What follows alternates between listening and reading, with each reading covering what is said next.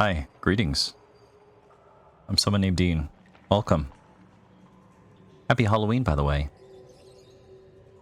I hope you're having a good day today. I'm doing well. Busy day at work, but productive. So today we're going to be looking at this game. Not this. We're going to be looking at this. Home, a unique horror experience. I was going to say last played today. That's not accurate. I just reinstalled it and then it got rid of my little notification that said I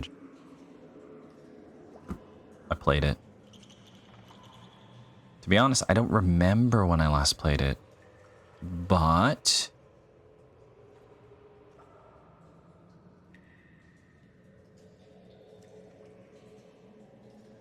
let's just briefly look through my games here.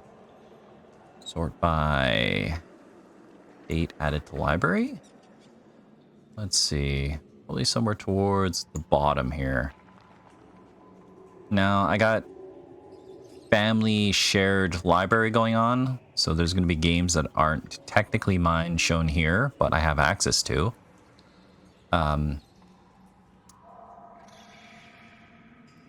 This will help me identify when I played this game.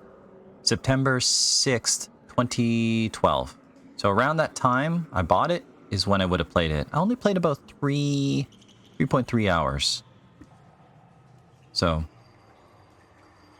I liked it. It was a neat little horror indie game. Has a little manual here. Look through it. It's pretty cool. Well, I mean, it's neat that they have it. Simple controls, directional, space, answer yes with Y and with no. Things highlight when you can investigate. The making of Home. Home started as an experiment in telling a story. One, in fact, that I partially wrote years ago as a random exercise. After finding it in an archive, I thought it would make a good beginning for a game. My wife encouraged me to make a murder mystery or something scary, and I wanted to see if I could tell an interactive tale using only a limited set of tools. Some simple visuals, a whole lot of text, and the player's imagination. Originally conceived as an iPad game, Home became a PC release for the sake of accessibility and because of my particular skill set, or lack thereof. Its initial design doc, written in October 2010, stated the game's essentials. It would be a lo-fi horror game. You only get a flashlight, and it should encourage player-driven storytelling. Everything else just kind of exploded from there. I think... Checking out the store page. BancyCo. I don't think that's the dev's original name. I think they went under something else. I think... I'll have to look it up. I think they started out as like a comic artist. As strange and different as it is. It's not strange, it's not different. Just lacking the words. But I remember looking up the creator at the time. We'll find out their name once we boot it up. I'm sure. But yeah, I found out they did art and illustrations. Alone with You was a game I also wanted to play. Never got a chance to play it. I can't remember why. I think it was exclusive to maybe the PlayStation and I just didn't have access to it. But then it got a PC port. Could be wrong about that as well. Worse Than Death I got on Switch and I enjoyed it. Kind of enjoyed Home a little bit more. But Worse Than Death had a bit more of a... had like a comic book. You can kind of see it here. It's got like a comic book story kind of going on for the cutscenes, and then you had a little bit of stealth, and I appreciate that. Couple running sequences and all that stuff. Anyways, okay, let's get to it. I don't have much time. Shh.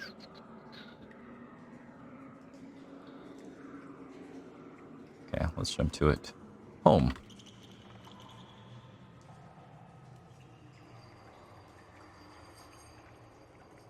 Oh, let's see.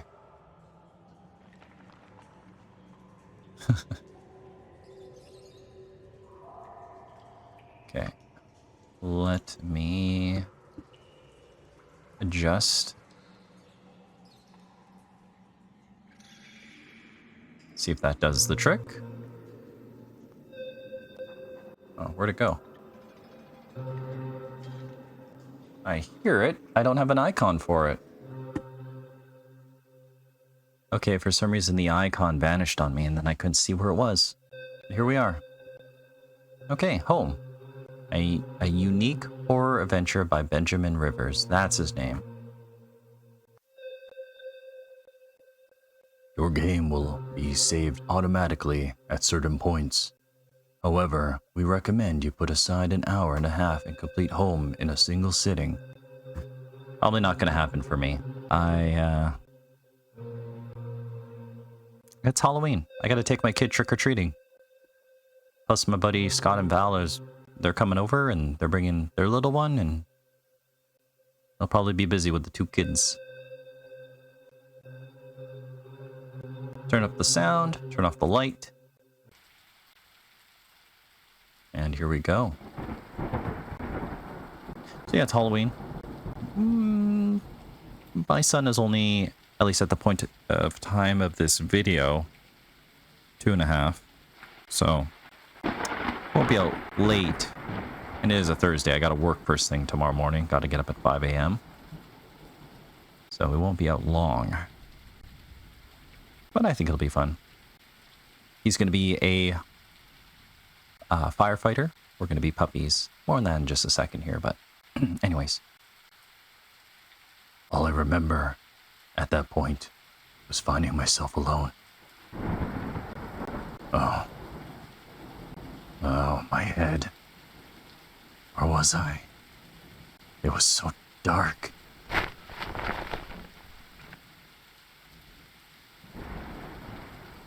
There was something by my feet. Flashlight. Yeah, this has been a minute. Think you can, yep, hold up. There's like blood on the floor. Okay. The spacebar? Got some Resident Evil inspired door opening. That house. Where was I?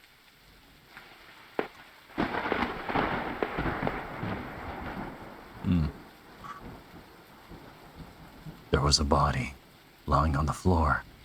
Who was it? I didn't recognize his face. He was still kind of warm. You can see scratch marks on the wall. Jump scare. Cat.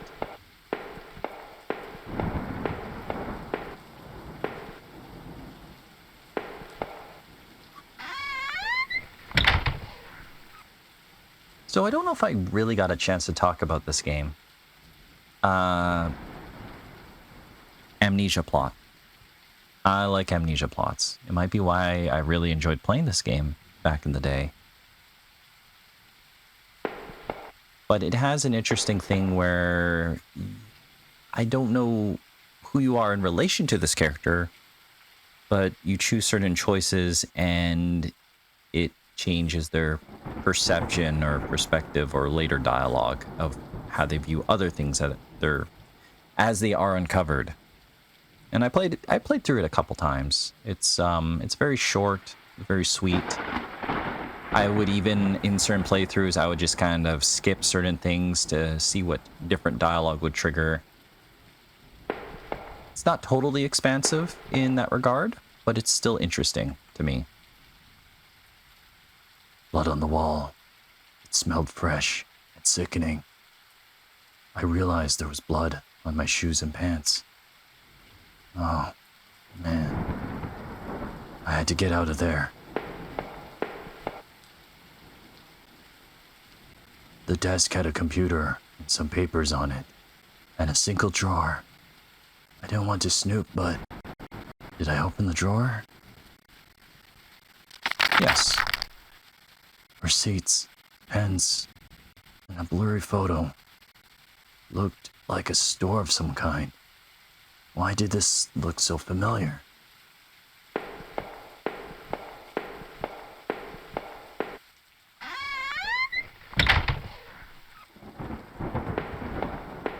But yeah, it's very simple in the sense that, as I was probably reading earlier, very lo-fi. Everything you need to interact with is present and highlighted.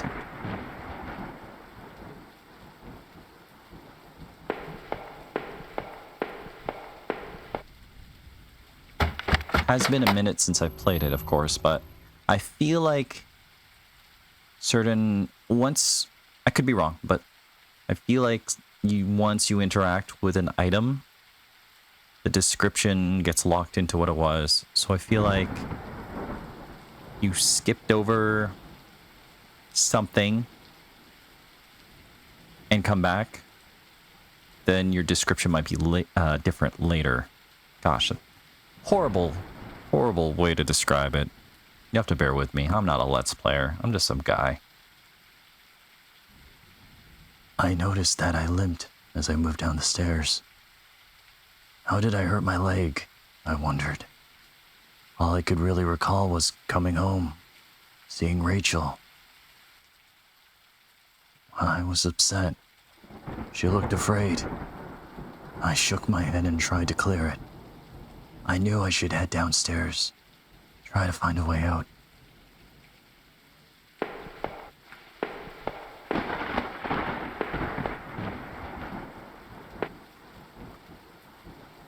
The shelf was full of books on local history and hunting. It seemed like the owner of the house really knew the area.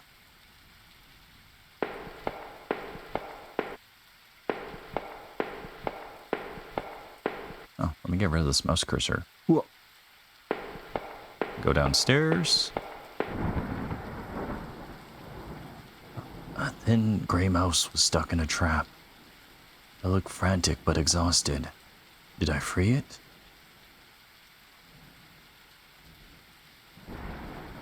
Sure.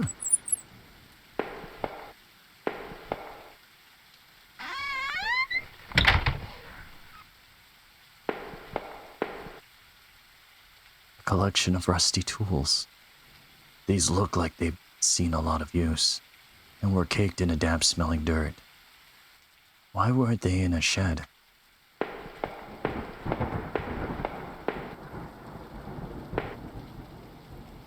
I found a picture of a couple. It looked like it'd been moved a lot. There seemed to be a switch behind it. Did I push the switch? I didn't want to mess around with everybody's stuff.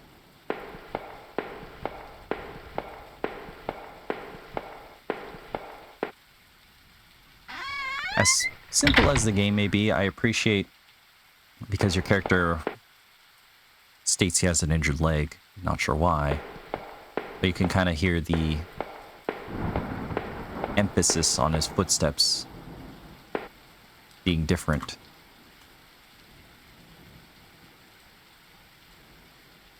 Okay, I guess if you do interact with something a second time, it's different. My mistake. There were scribbles of all kinds on random scraps of paper and notes about some kind of water tower. Did he mean the one by the old train yard?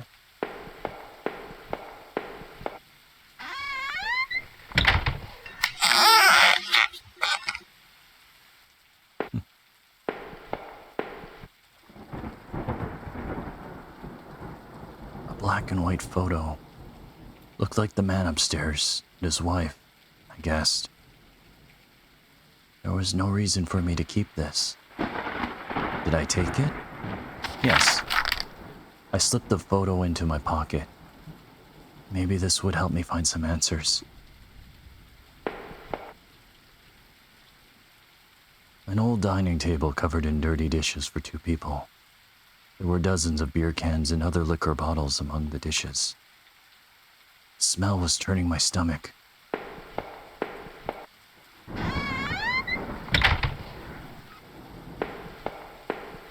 I'm just going to see if, now that I have that photo and looked at that painting, if interacting with the corpse changes anything. Yep, okay. The man's face looked like the man in the photo I had found. Interact one more time. Okay.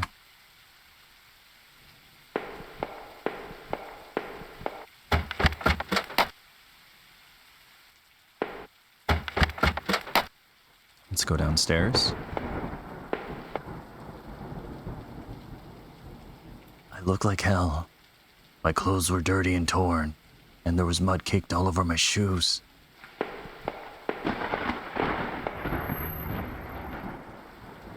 The front door was blocked by a pile of furniture. I knew I had to find another way out.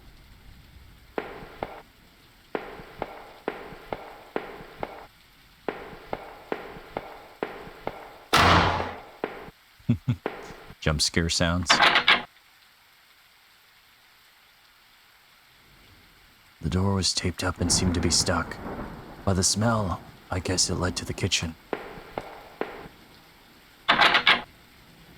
Damn door was locked, but it didn't look like there was a keyhole. Maybe I could find another way to open it.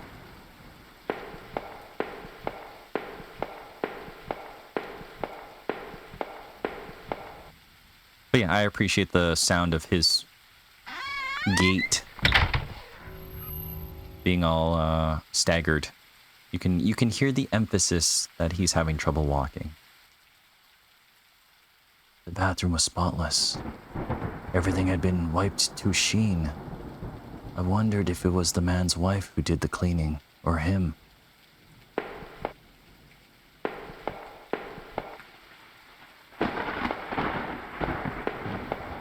Towel.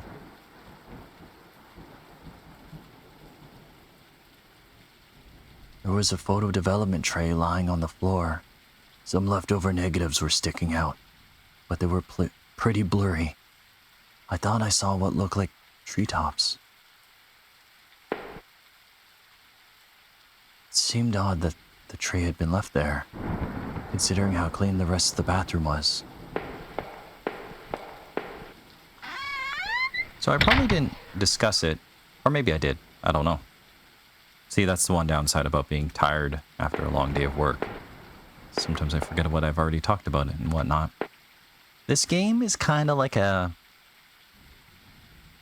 would almost say it's all kind of like a choose your own adventure in a sense. No, choose your own narrative. I think you end up at the same ending point, but certain choices can influence the ending and outcome depending on what you do.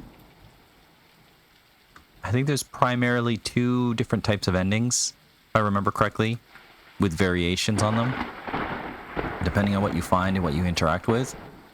But ultimately, you're determining what happened in this game. And I know a lot of people, at least at the time when I was looking at reviews and other opinions of it, a lot of people didn't like that the game doesn't spell out what's going on. It's up to you to determine what happened, or what's happening, I guess. That makes sense. Because your guy doesn't know what's going on. He's got amnesia. Oh, strange. Tape suddenly removed.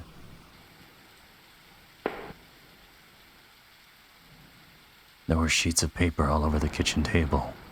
It looked like a series of names were written down, but they were too smudged to read. I could only make out a few of the notes. Key card, locker, last one, I promise. It didn't make much sense at the time. That mouse is down there. The smell of old dishes and moldy food was dizzying. Yep. Cause and effect. Be kind and see the results. Got an achievement. So I guess I would have played this before achievements were implemented. Nothing else?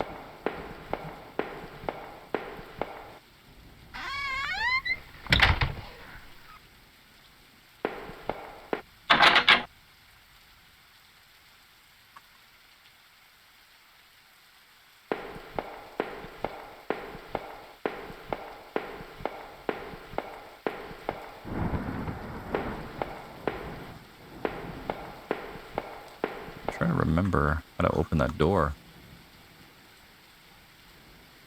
Had I been sleepwalking again? Was that how I got to that house? So a little bit more story uncovered, I guess.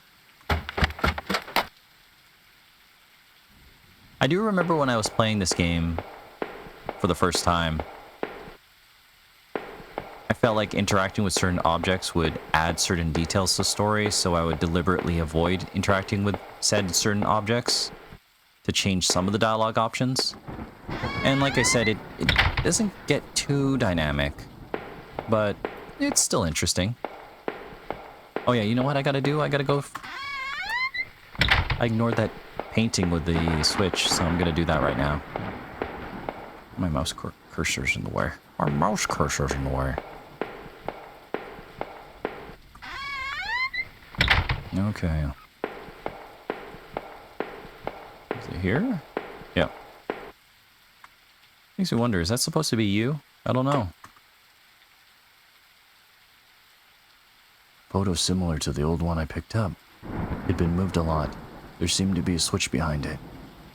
Did I push the switch? It depressed smoothly into the wall. I heard a faraway click somewhere. Something must have opened somewhere.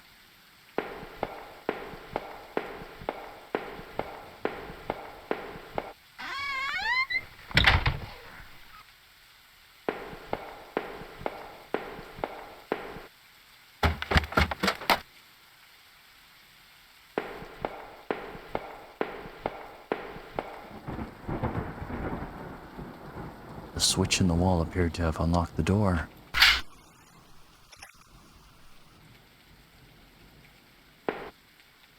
Not sure if that's supposed to be a cage or a crib.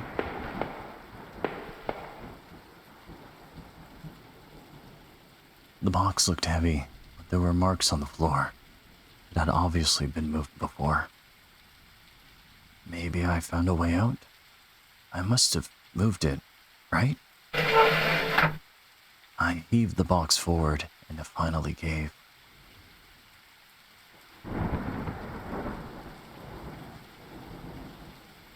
There was a ladder going underground.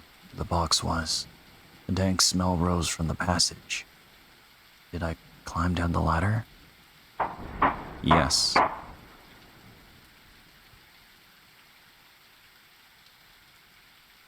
I looked again at the photo I found in the house. The couple looked distant, like they didn't want to be in the same picture. I wondered where the wife was. My leg was in terrible shape, but I had to get out. Those boxes would have allowed me to climb up the ladder again. But I didn't want to go back up there. Not with that body. All that blood.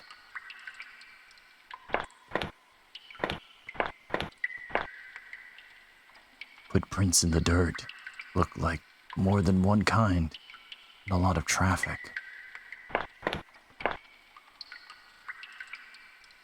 Places all over were marked on the old map of town. The industrial area near the river. Various houses. And even the water tower near the old rail station. The guy upstairs must have done this. But what was his interest in the water tower?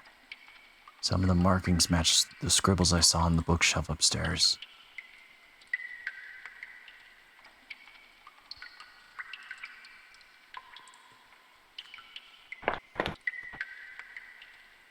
Newspaper clippings from the local paper. They were all about murders in towns over the last few years. Wait. There were photos. Photos of our house. What the hell was that about?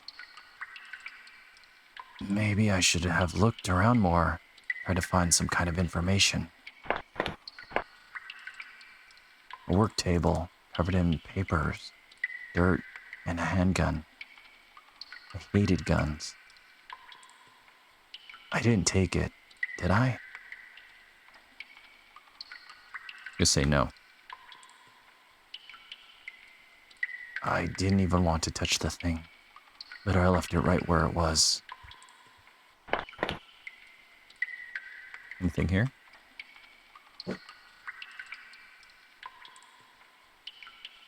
No, Rachel. Please be okay. I wanted to rush home, but I had to find a way out first, and I needed to see what else was down there.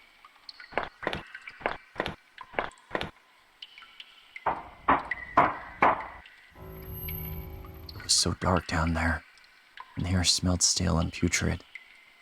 I couldn't believe what I saw. What was this place?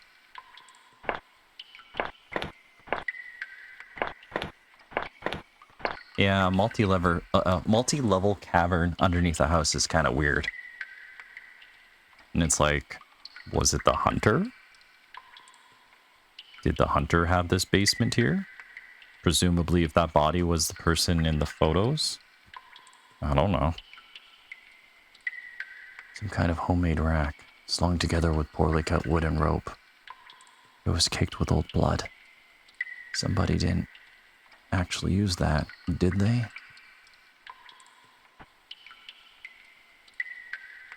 Rusted hooks, like the kind you'd find in a butcher, hung from the ceiling. They looked pitted and worn from heavy use. That man upstairs, did he do this? Crudely made shelves. They looked like they were holding cans of some kind of corrosive. The labels were worn and slick, but I could still see the warnings. The slight fumes that still emanated from the cans made me dizzy. It looked like a cage. It was small. But there was something coating the bottom. Something wet. That place was getting worse all the time. I knew I had to keep moving. Okay, I guess so far it's like if you interact with some things twice, you get a bit of a different response. Certain objects you can only see if you hold up your torch.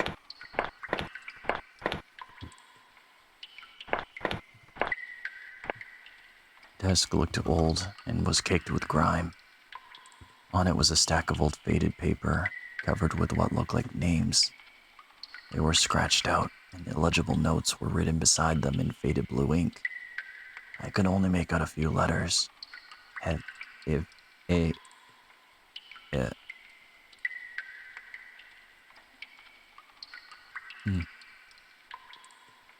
of it made any sense to me.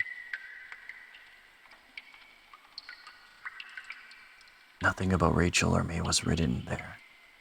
Maybe I needed to keep looking.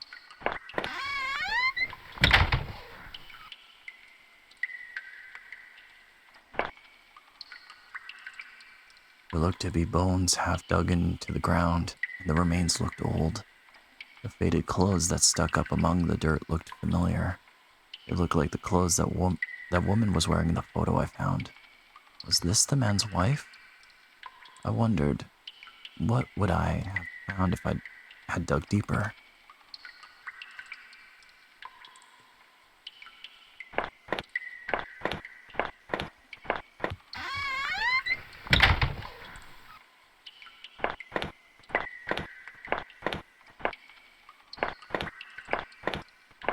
Yeah, it's an interesting little game.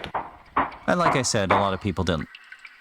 Some people love it. Some people don't like that it doesn't tell you, and you essentially have to figure out basically what you feel like happens in the game, I guess, is the conclusion. But depending on what you do, you get different context, right? I found it interesting, and I wouldn't mind if the creator made a couple more games like this. Some kind of old boxes. They looked like they were years old. Wait a minute. These boxes had old clothes in them. Clothes I remembered throwing out after Rachel and I moved to town. What the hell were they doing there? If I was scared before, I was terrified now. Why were there photos of our house there? And these clothes? Was that why I was there? I checked my back pocket and realized my wallet was missing. Did I come to that house, or did somebody bring me?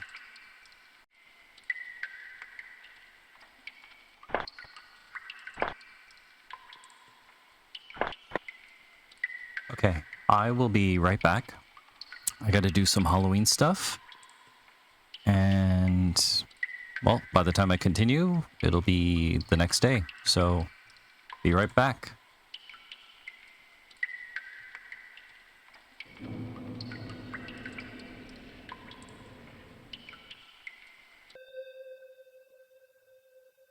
Okay, and we're back.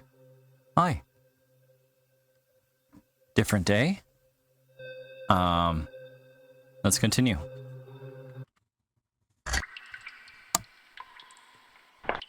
Yeah, it looks like we're back to this tunnel area here. I think I looked at this last time. So yeah, yesterday I carved a pumpkin as part of, well, a special announcement to announce on the social media that we're expecting baby number 2. We kind of told most of our immediate family, but now we're just kind of letting everyone know now. And that's what social media is for. And shortly after staging that and posting that photo, the wife and I went out trick-or-treating with our son. As well as our friends, Scott and Val, brought their little one. So the two of them went together trick-or-treating around our complex. I initially thought we were going to go to the town they live in, but they came over here. And it worked out. We just went around the complex here. And yeah, maybe trick-or-treating for a couple hours. Didn't cover that much, space, but they're little toddlers, got little toddler legs. Once my son figured out what was going on, he started being extremely enthusiastic about the whole process and kind of was tripping in his firefighter outfit a lot, but it was beautiful. it was fun. It was fantastic, and I love being a dad.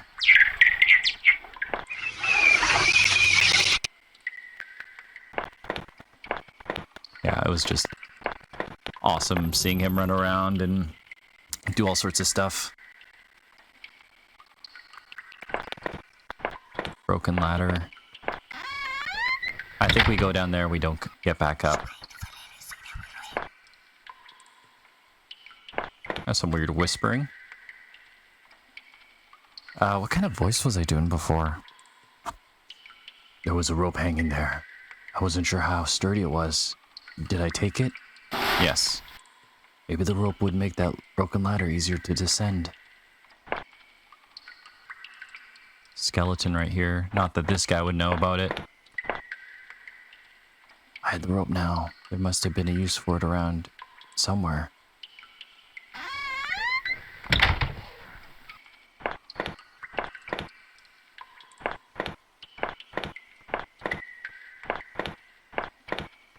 Kind of strange that this cave would be underneath this guy's house, and there's like all sorts of documentation. But when I see documentation, there's stuff on the walls here. It would look like pictures, and there's obviously electricity wired in this place. The rope I found would have let me climb down the broken ladder safely. Did I climb down? Yes. I could hear a faint hum, and the smell from before started to get worse. The ladder was too high to reach. I must have tried to find a way out from where I was. Part of my reading comprehension. It's extremely low right now. New day. The day after Halloween. It is November 1st, which is... I believe we're already tail end of the year. Wow, when did that happen? I think, if I remember correctly, the first time I played this game, I could be wrong, but I believe you can jump down the ladder and maybe injure yourself. I swear you can injure your character worse, and then for the rest of the duration of the game, you walk even slower. Just interesting. He's already hurt as it is. A bunch of old newspapers, wheat pasted together. A message had been hastily smeared on it. Keep out. Danger due to cave-in.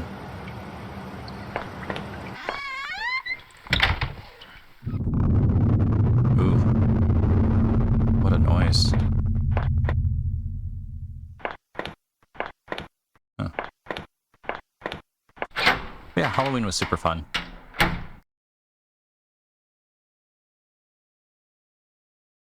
Yeah, Halloween was fun.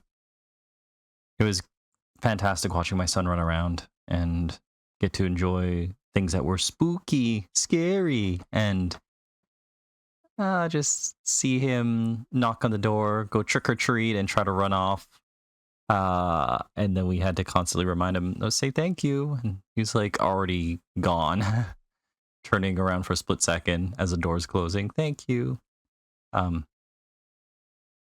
his cousin or our buddy's kids, um, she was a lot more polite. She was going, "Thank you, trick or treat." While my son was just gung ho about getting as much candy as possible, it seemed.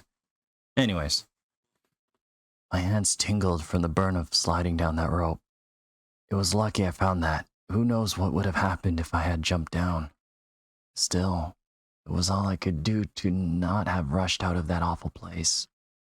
That rack, those terrible tools, what the hell was going on back there? The metal door groaned as I leaned into it, causing my heart to skip a beat at the sound. As I peered ahead into the dark of the next room, I worried that I should have taken that gun I saw. But me, with a gun? I did not want to go back into those tunnels. It seemed better to press on.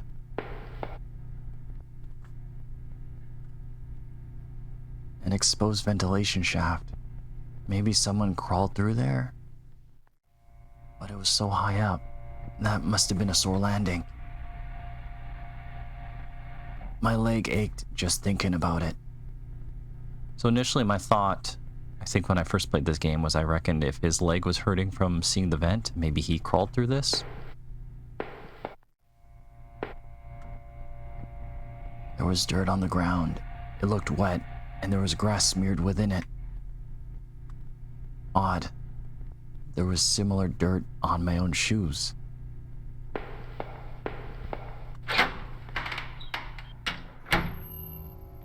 I could hear a faint trickling sound, like water. What was that?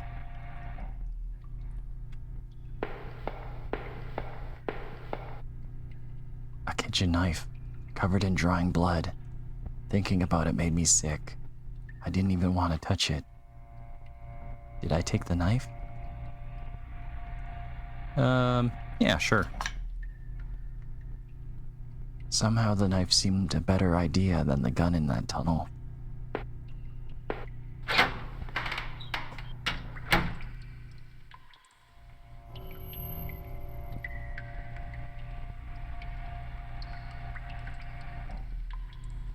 There was a rusty ladder sunk into the water, which smelled disgusting. I knew I couldn't climb down that. Maybe I could find a way to drain the putrid water. For the record, I have no idea what kind of voice I'm doing. I'm just committing to whatever I think I was doing yesterday.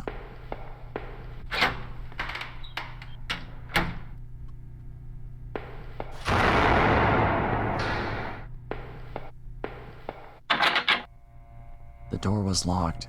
There was a musty smell from inside.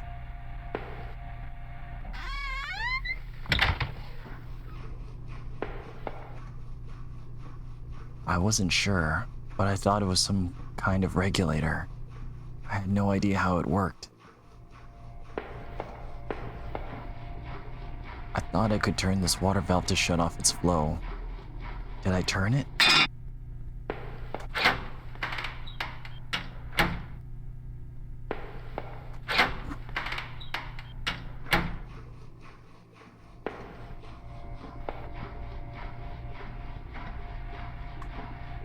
Same thing as the last time. Can't remember if this is a simple switch puzzle. It's been a while.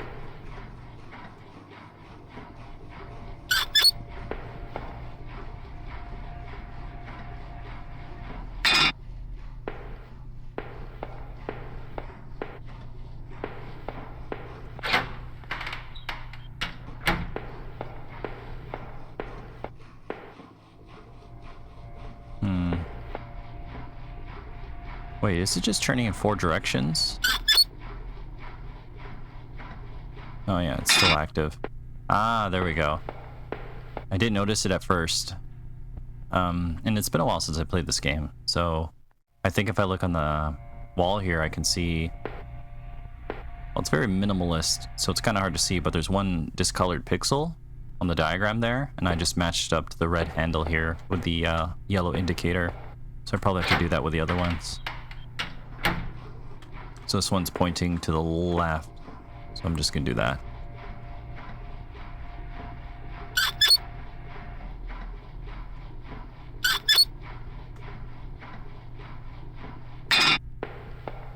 Okay, that's off, that's off. There we go.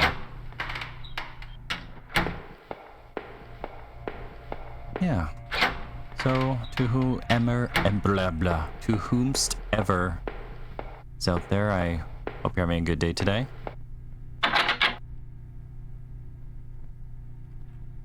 I'm doing pretty well. Had a bit of a kind of a stressful day at work. I'll get into that maybe in a second.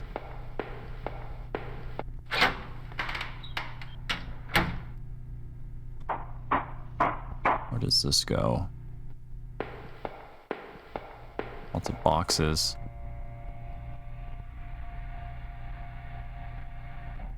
Disgusting. It was a mess of filthy garbage bags.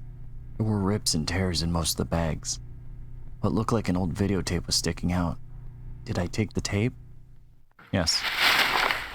I wasn't sure what I hoped to discover with the tape, but I took it anyway.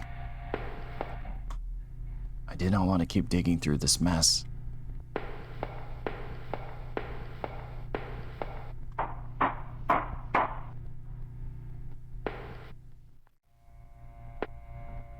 I think we find a key for that room we encountered earlier. To the right. But I don't remember where we get the key. Now water's drained.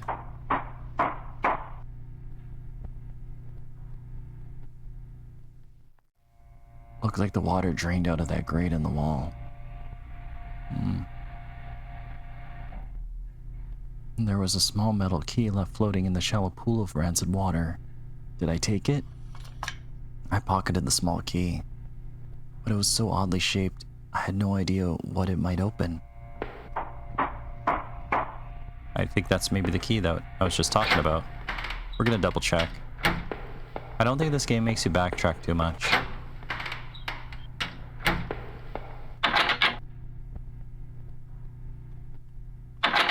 Oh.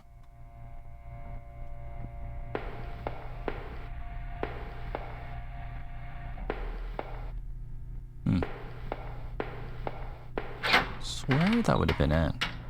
Well, I guess we'll find out later.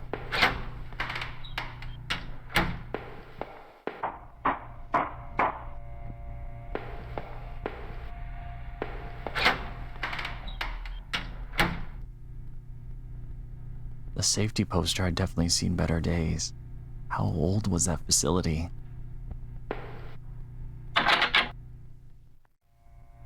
The door was locked.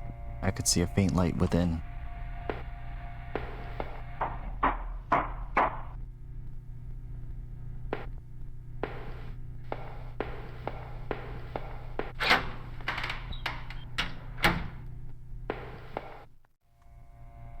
There was a security camera in the room. There must have been a way to see what had happened. Maybe the VHS tape I found could be useful. Definitely blood. Oh yeah. I found another dead body. A sewer worker. By the wounds all over his face and body, I figured he'd been stabbed repeatedly. There was a key ring sticking out of the man's pocket. Did I take it? I thought about the knife I had found with some disgust as I carefully picked the keys from his pocket. I was almost worried he was going to grab me. I was feeling even more sick from seeing another dead man. I didn't want to get any more blood on my clothes.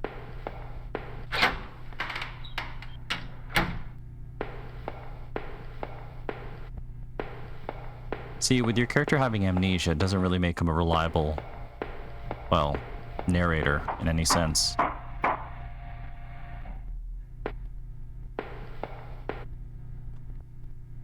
I used the key ring to unlock the door. The shelf full of security tapes was strictly organized, though covered in dust. Looked like the tape I found was the one that was missing from the shelf. There was a dusty VCR on the security desk. I was wondering what was on that VHS tape I found. Did I play the tape? No.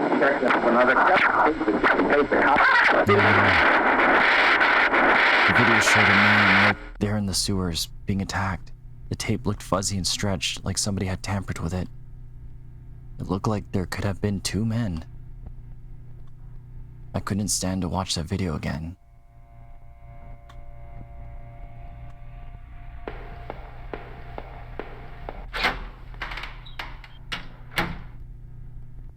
The key ring, we should be able to maybe open up that other door, I think.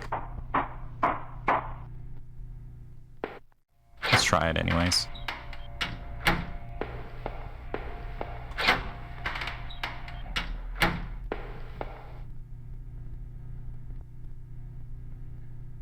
Oh. I tried a bunch of the keys on the keyring I had found on that sewer worker, and one of them seemed to fit.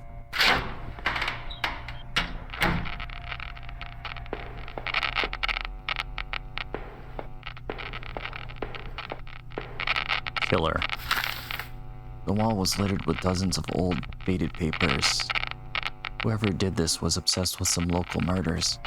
According to some of the clippings, bodies had been found in ravines, in the forest, and in one case, dumped in the back of an abandoned truck. I couldn't be sure, but I thought some of these same articles had also been pasted up back in those tunnels. Did that sewer worker find this room? Is that why he was killed?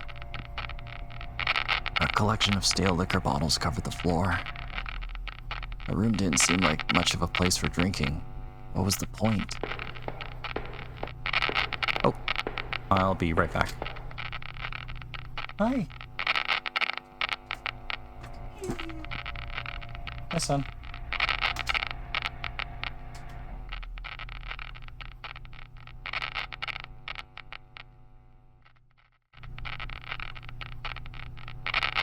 Hey, I'm back. It's just my son and wife coming home. Decided to pause the game for a bit so I can hang out with them. And it is very much later than when I was last playing. But let's continue. I don't remember if I already read this dialogue, so I'll read it again.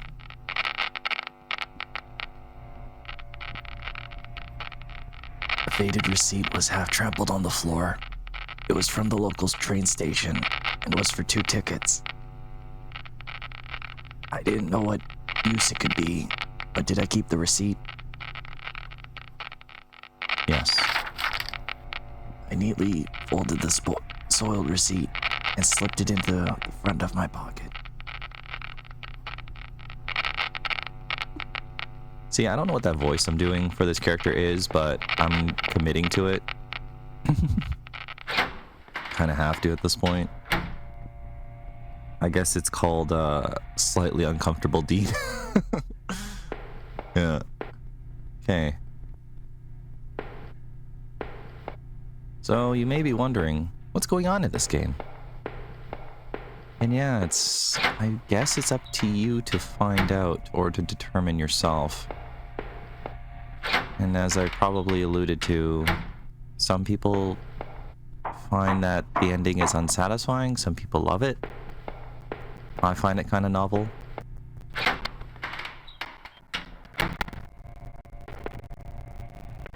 Like, I could draw parallels to earlier we were looking at some camera footage and there's 2 people stabbing someone. Well, is our character well enough to make that assessment, given that he's injured and not feeling well and he's having amnesia? So possible head trauma of some capacity, or might be under the influence of something. We could talk about that more in a little bit, but it's also going to say the painting of the couples that had the switch. This guy looks like the person in the picture, although he doesn't seem to recognize it. Now, of course, it is a very lo-fi style game, so, you know, it's kind of hard to pick out the details of his face, but looks like he has orange hair, and the person in the picture frame had orange hair, so anyways.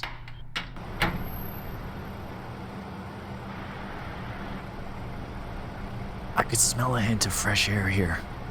I must have been finally getting out of that strange facility. But I wondered, did that key I found on the sewer worker open anything else?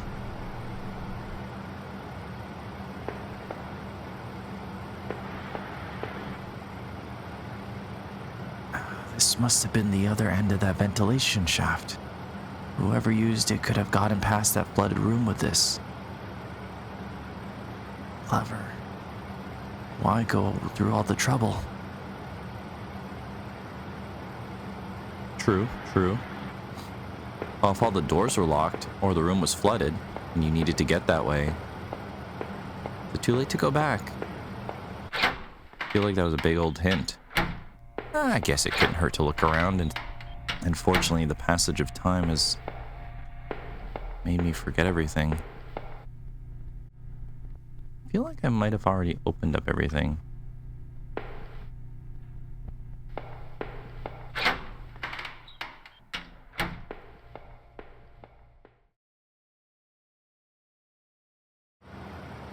Okay, I wandered around the sewers a bit just to make sure I didn't miss anything with the sewer worker's key ring that we found. I couldn't find anything, so we're gonna just press onwards here.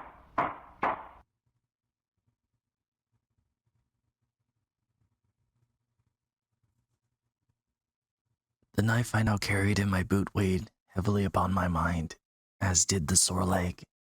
The thought of that videotape, though, still gave me chills. Who was it that didn't want to be seen? And what was in that locked room? Oh, there was a locked room. It had a musty smell in it. No, I thought I went in it already.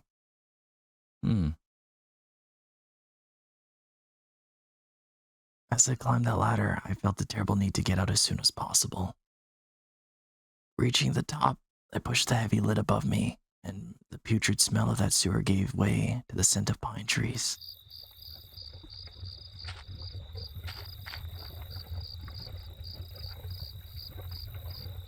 The lid had fallen on the entrance there, and was stuck shut. Well, I swear I checked all the locked rooms, but maybe I was wrong. Maybe I accidentally skipped over something. It is a bit of a maze down there, so with all the ladders and whatnot. Well, we're gonna proceed forward anyways. I love the classic eyes peering through the bushes there.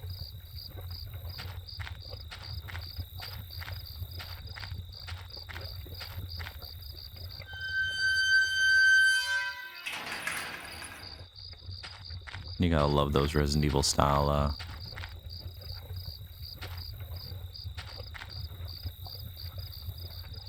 those opening animations there. An old ladder leading up to the ancient water tower. The ladder needed to be extended so I could climb it. Did I extend the ladder? Yes. I popped the latch and brought the ladder down. Before I do that, I do remember at some point, if you backtrack a bit, I think over here, you see your shadow? Could be wrong. No, okay, never mind.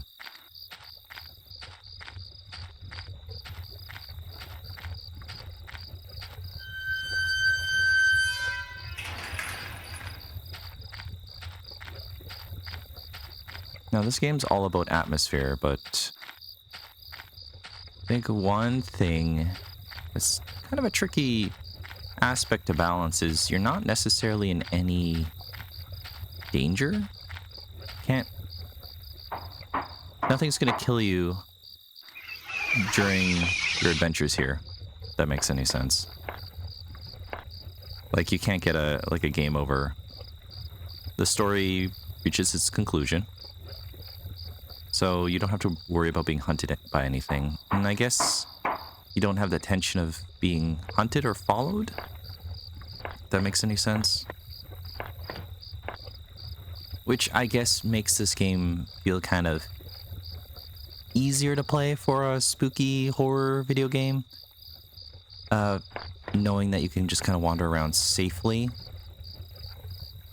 You just have to deal with the tension and horrors of the atmosphere and what you uncover, and determining what that might mean to you, or what the protagonist here has to say about it, and if you can trust what he says or not, which is also up to you.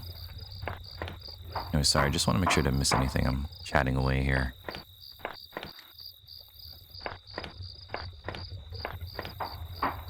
Now, here's that water tower that I believe was alluded to earlier in the game. You can see there's a broken railing here for some reason. Scratch marks on the wall. In a patch of smeared dirt and grass, there was a beat-up old wallet. I thought it was mine. Did I take it? Yes.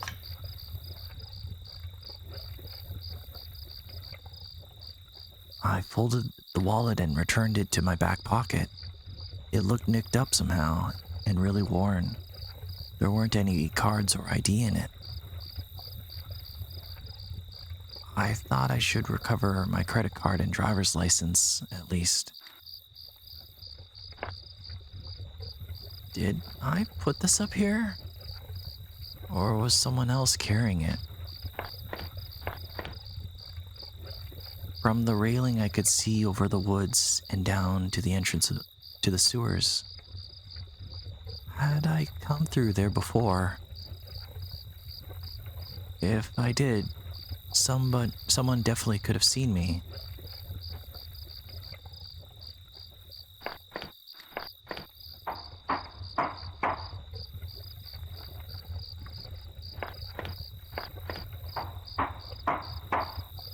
So one of the things your character says is, was I sleepwalking again? And this makes you wonder, was he sleepwalking this whole time? And did he crawl through the sewers? Did he climb up the water tower, climb down there, go through the vent, climb his way up into that hunter's house? Or was he brought there?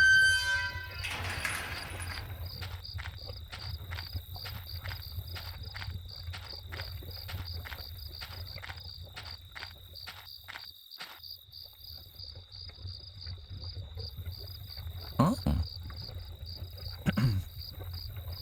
I tried the little key I'd fished out of the murky puddle in the sewers. It fit, and I heaved open the rusty door. The wind was picking up a bit. The night air had become strangely chilly.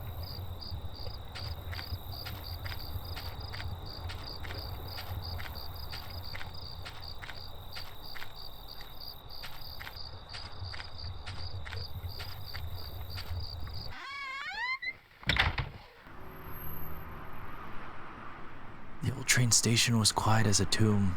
The only sound was that of the increasing wind buffeting the decrepit structure.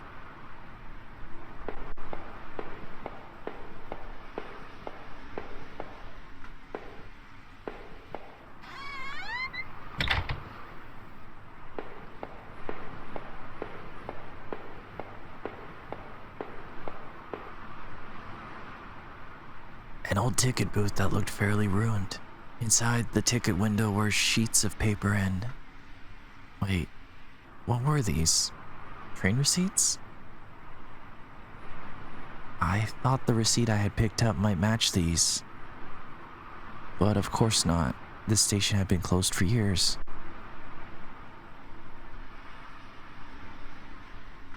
The ticket must have been for the newer station that opened up on the other side of town after this one was abandoned.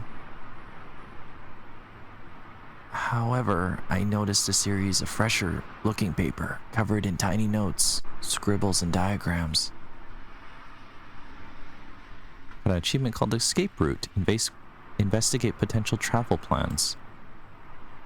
It looked like someone had been leafing through the old ledgers, looking for something. A name, perhaps?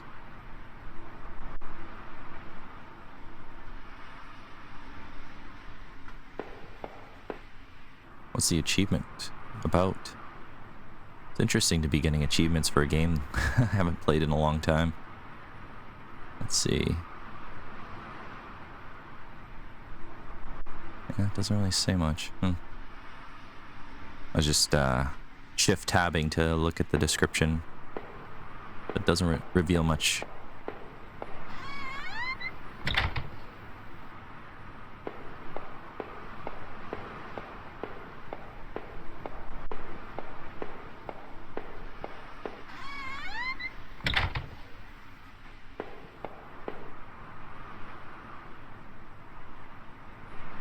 An old map encased in glass hung on the wall. It was the train routes connected to that old station. As I looked at it, it seemed familiar.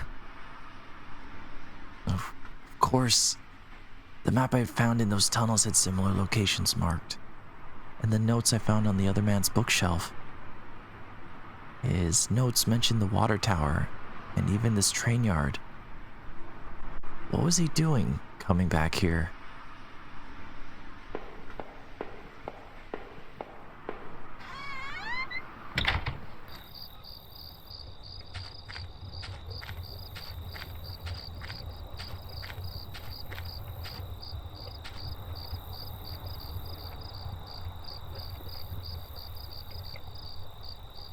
In the torn opening of that ruined train were heaps of dirt and stale water.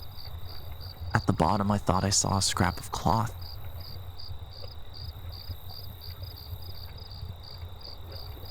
As I looked closer, I could see that it was definitely some kind of nylon, maybe a windbreaker or some other outdoor clothing. There was too much of a mess on the ground to see any kind of footprints, but someone or something had definitely trod a regular path.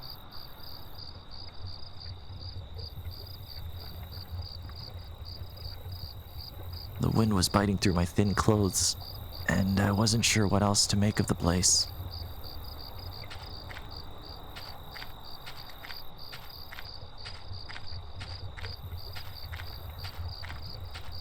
I think that's it back here. Just some additional details. Yeah. Okay. Yeah, doesn't appear to be anything else. Although it is important to look up. I'll just quickly go over here, look up just to make sure there's nothing over here. Nope, okay.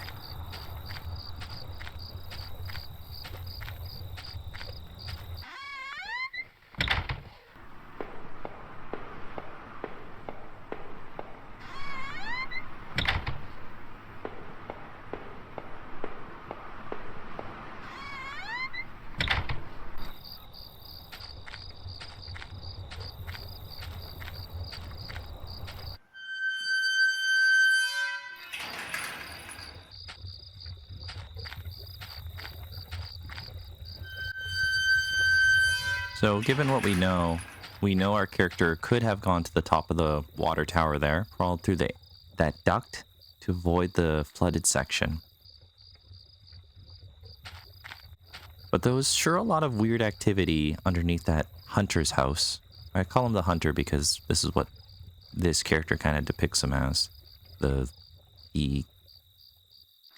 owner of the house, presumably, would have been the corpse that we first find. And he makes the assumption that it's a hunter. And there sure is a lot of stuff in that basement, and like a skeleton in the wall that your character here can't actually even see. That we can see because it's side scroller. So was that body that we found a serial killer?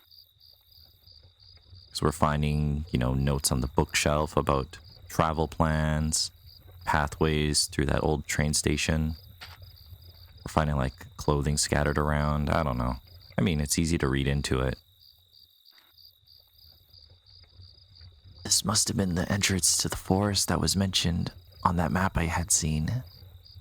Whoever was poking around in those tunnels underneath the man's house had scribbled notes on this place, but I couldn't make them out.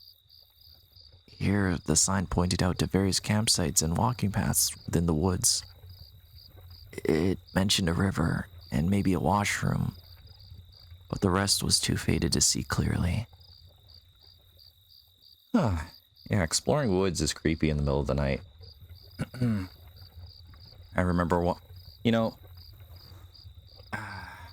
I think about this game from time to time. Anytime I'm usually camping, and sometimes I think about this game when it's gonna sound strange. I'm wandering and I need to use a washroom. And if the campsite has a decrepit bathroom, which is better than using the trees, you know, okay, I'm going on a weird tangent here.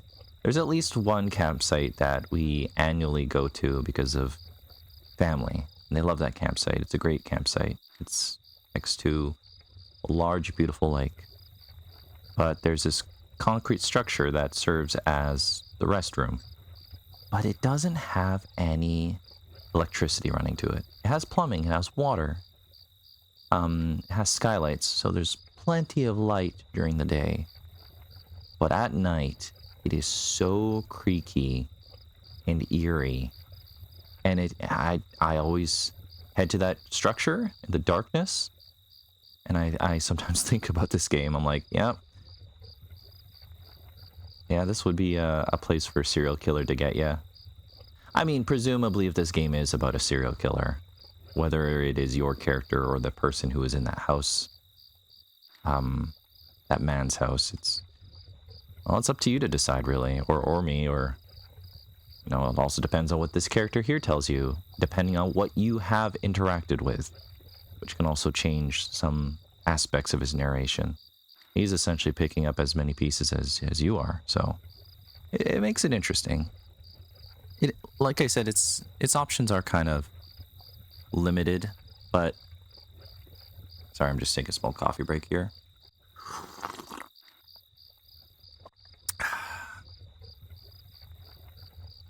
But I do recall, I think you can even skip most of the discoveries this character can make and just get to the straight of the end of the game, and it's as if nothing happens. Kind of. Or maybe your character even imagined it, if that makes any sense.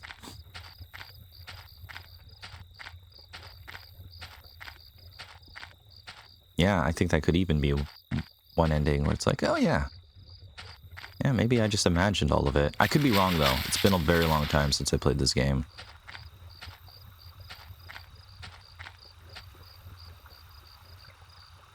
A dry old picnic table sat lonely amongst the trees. It had carvings and marks from years of previous campers. As I tried to read some of the names and the marks, I idly thumbed the knife I found. If I wanted to, I could have carved something on that table. Did I? Sure.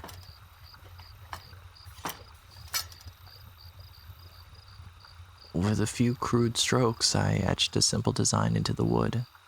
R plus H. I felt like a teenager, facing the table.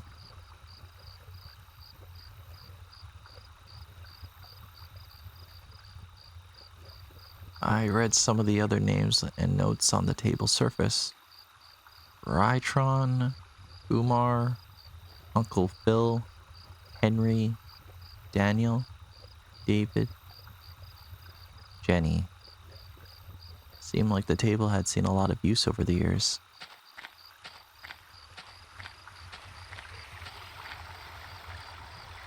The path ended in a cold-looking river. I wasn't sure if it was safe to cross like this. Did I cross it? No. In that darkness, it didn't seem wise to try. Maybe there was another option. Yeah, I think there is a option to... I think you can find like a plank of wood somewhere. If I remember correctly.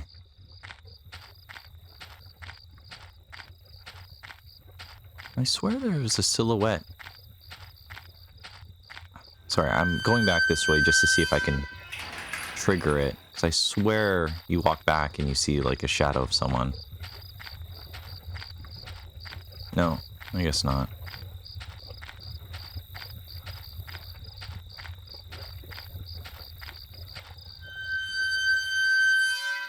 Now, I do remember this wooded area to be kind of a little bit maze-like. Because you basically navigate through these pathways, the bushes here. Object here. Trampled into the dirt and grass was a plastic card of some kind. I brushed it off and was surprised to see it was my credit card. I wasn't sure if it was still usable, but it was mine. Did I take back my credit card? I pocketed the credit card. Hopefully I could find my driver's license, too.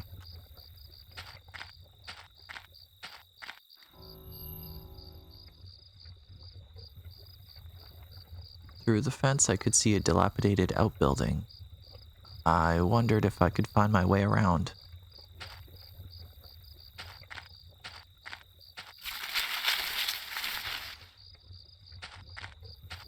Yeah, this is where it gets a little maze-like. Yep, okay. So we started with the middle one. Let's go to the right.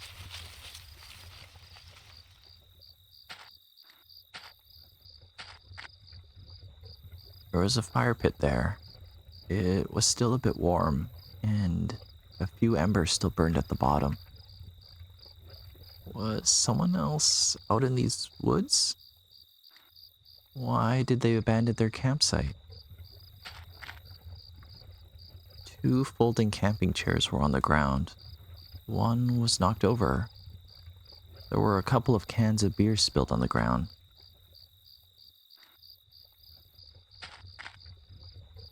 The cheap dome tent slept two people. I shone my flashlight inside and could see some bedrolls, two backpacks, and a cooler. I felt like if I kept rooting through the campsite, someone would walk in on me.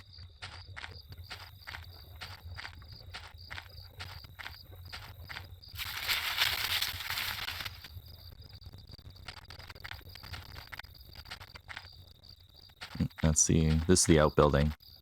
No, don't look, I think is what it says. No. I'm reading the graffiti on the wall. And this is that bathroom that I was talking about. Well, sorry, for more context, my bathroom story that I was telling earlier, it's this structure that I think about. The grimy sink had small patches in it that looked almost clean. There wasn't much in there. There wasn't much in the way of clean water there, but the sink did work. Plank of wood. There was a damp smelling plank leaning against the stall door.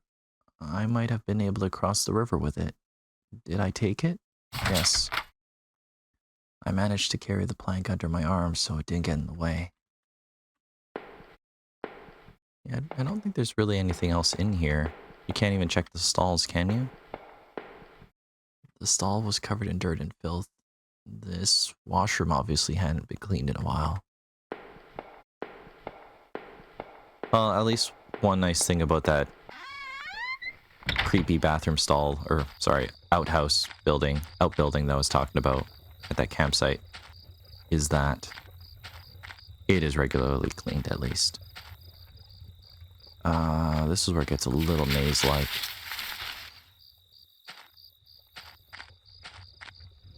Sign was the same as the first one I had seen. This must have been the exit to the other side of the woods. I think it is. But obviously with that plank, we gotta look back. Also, there's the impression that there's two campers here.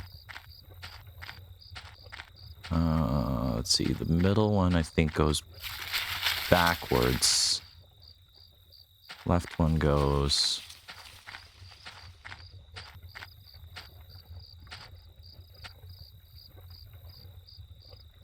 There were some personal effects shoved into the rock. Wait. There was a notebook there too. Did I read it? Yes. Inside the cheap dollar store notebook was page after worn page of names and lists. None of it made much sense. The newest page contained several names. Heather, Olivia, Ashley, Cheryl, Iris, Daphne, Holly, Rose, Rachel. Rachel. Her name was last on the list and had a mark beside it in blue ink. The names Daphne and Olivia have been crossed out in the same blue ink. Cheryl, Heather, and Rose had also been crossed out, but these marks looked older and more faded.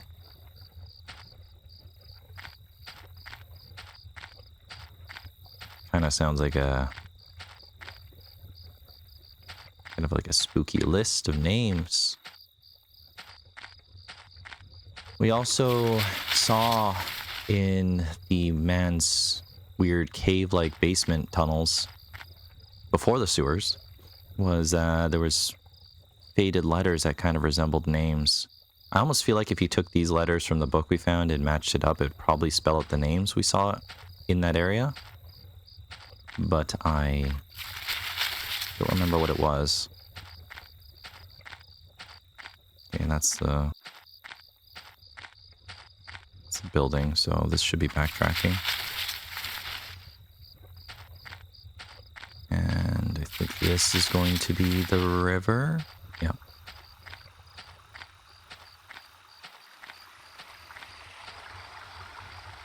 The plank I found was long enough to form a crude bridge, but I wasn't sure if it would hold. Did I use it? You can. Some good sound design.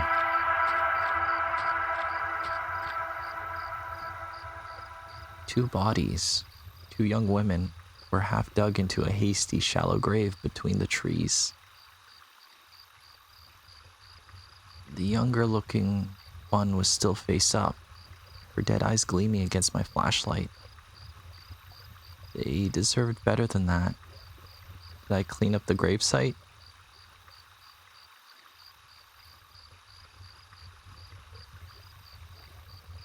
Yeah, this is kind of... it's kind of like one of those things where it's a crime scene. You don't want to touch it.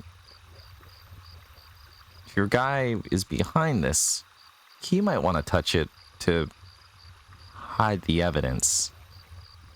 I think personally it'd be better to just not touch it.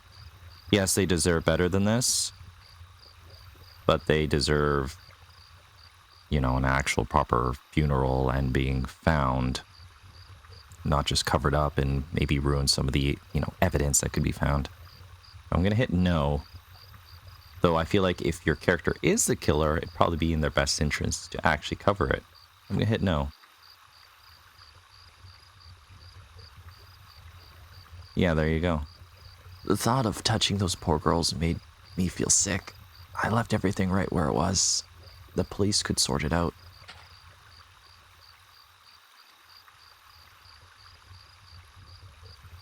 Okay, I just wanted to see if interacting it would change anything.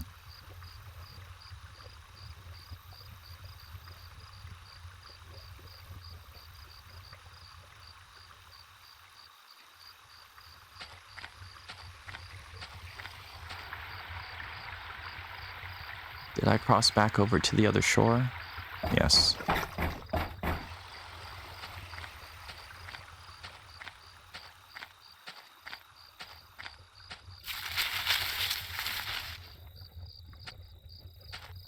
Yeah, if I found two bodies in the wood, I would not be okay at all.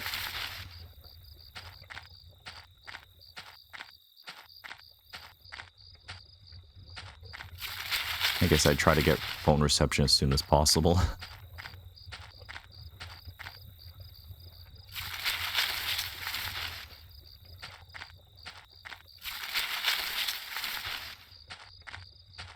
Okay, this should be the way out. I'd finally found the exit. Once I left, I knew I never wanted to return there. Let's go. The forest started to thin out a bit, and through the trees I could make out parts of the town beyond, and the first hint of light.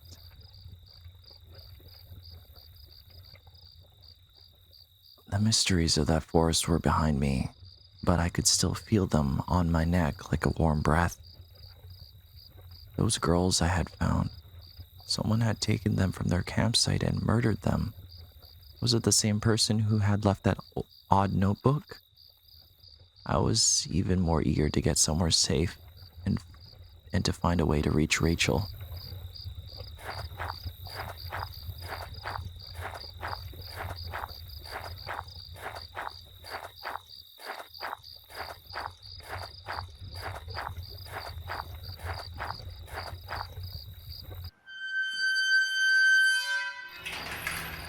As I stepped through the gate, I suddenly recognized the auto parts factory where I had worked as a machinist for all those years.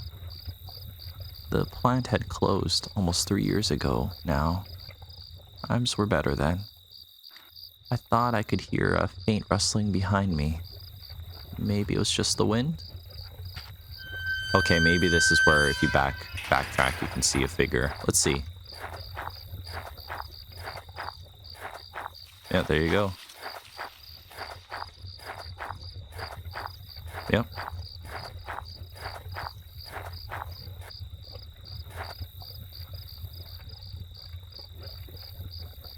I had to press on. The thought of that claustrophobic forest was too much. So you see that shadowy figure, right? I know when I first saw that, it scared the crap out of me. But I guess I realized after playing this game already, nothing in the game can kill you. Well, more on that later, but... You know, I do appreciate the aesthetic of this game and what it accomplishes with the minimal aesthetics. Well, I see the lo-fi aesthetics. Normally, this style of pixels isn't my bag of tea. Bag of tea. It's not my bag of tea. I prefer something akin to, say, King's Quest. But this has won me over. I don't like my pixel graphics being too thin. I know that sounds odd. That's just how I feel. And I know that sounds kind of strange. Maybe I should show an example, one corner which I prefer, and then one in the corner over here which I'm not as much of a fan of. But no, just how I feel. Hopefully I actually remember to put something there, otherwise it's like, oh yeah, the guy's just talking to himself. Hey, this is the guy from the thumbnail art of the store page, I think. Dug into the ground was a cracked old watch. First my wallet, and now this? Did I retrieve my watch? The watch was useless, but I put it on my wrist anyway.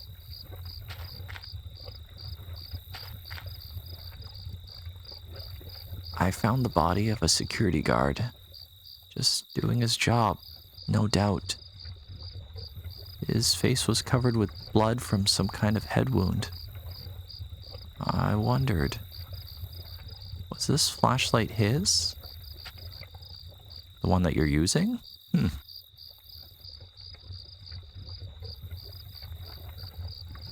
I saw the blunt wound on the guard's head and looked again at the flashlight I was carrying. Oh no, please.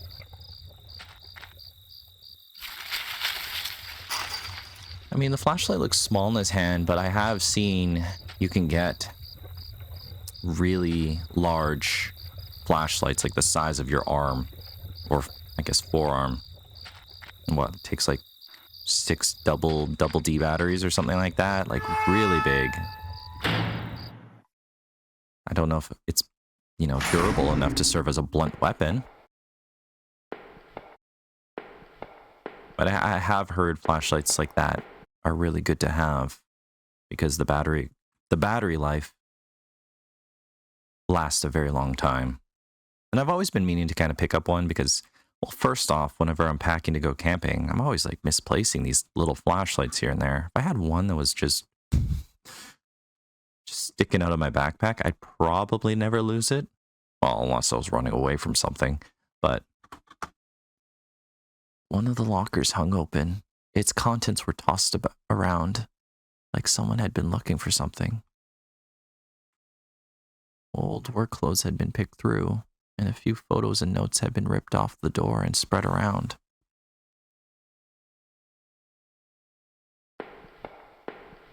So that shadow our character saw, or we saw, was that real? Did we imagine it? There was a large power box with 5 lights on it. Cables burst out of the box, snaking off to other parts of the factory. The metal was starting to wear, and cobwebs had collected on the corners. The box wasn't receiving power. Right, I think we have to do a little bit of a puzzle here. The door was locked tight. It seemed to be connected to the power box beside it.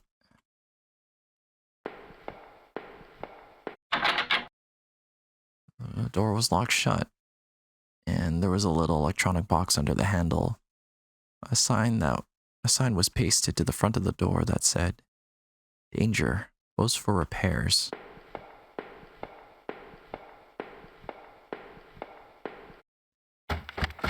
So I think I would have played this game in 2012. That was a long time ago. Every part of this plant smelled old and rotted. I noticed the old bulletin board on the wall. 2012. Back then, the world was ending. Yeah, everyone was talking about it. Every now and then you get rumors that the world is going to end because of Mayan calendar dates or something like that. I mean, apparently the Y2K bug apparently was supposed to be awful, at least according to some videos I've seen, and seemed like everything was just fine. But I was a kid at the time. I would have been probably around 10. 2012, I guess I would have been probably somewhere between 21 to 23. I would have been just starting college or going to it, or maybe even a couple years into it. Gosh, I'm old.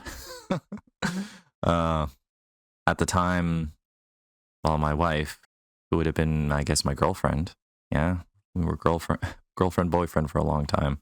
We would have been renting out a basement suite, I believe. Her father, through his church, found a basement suite listing. And oh my goodness, the basement suite was huge.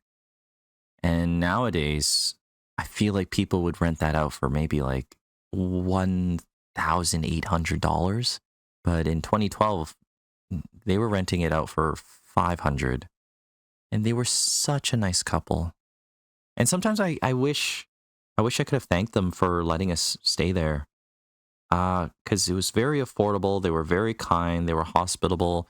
They always gave us cookies. They were always checking up on us.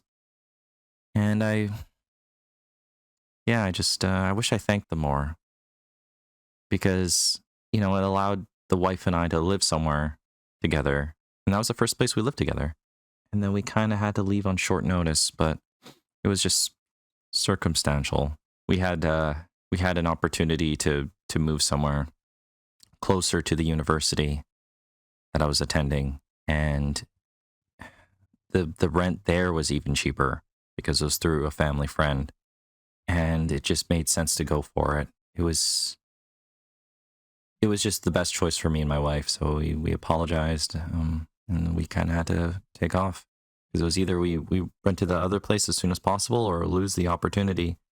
But essentially, It saved me like hours in my commute because I didn't have a car at the time. I had to take multiple buses to get to the university.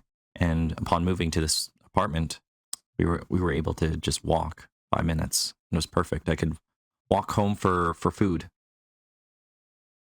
But yeah, I'm sorry I'm going on a tangent here. I'm just reflecting. This narration only really benefit, I guess, my kids if they ever want to know about my past, I think. That's probably why I go on these tangents here. But anyways, The board contained yellow clippings of newspaper, cartoons, and notices. There were notes to and from the guys that worked here. One of them was to Norman, who was one of the older guys on the line. Norman took over a general store after the factory closed. He, Rachel, and I would get lunch every now and then. Rachel liked him because he seemed more positive despite the setback. I don't think I could say the same about me. yeah, losing work is, if that's what your character here is talking about, yeah, also awful feeling. A power panel. It looked like it was shut off. Did I push the switch? Right, I think it's a combination thing. We might have to find something, or I can toggle it again to see if we hear anything. Ah, it's green. There we go. The open locker was stuffed with dirty work clothes and old boots. There was a photo of a woman taped to the inside, but it was scratched out, and the face was unrecognizable.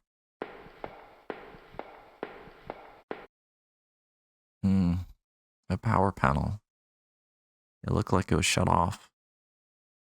Did I push the switch? Yes. That one was easy. It was shut tight. There was a rusty looking card slot on the side. Might not even be able to get in there until I activate the power.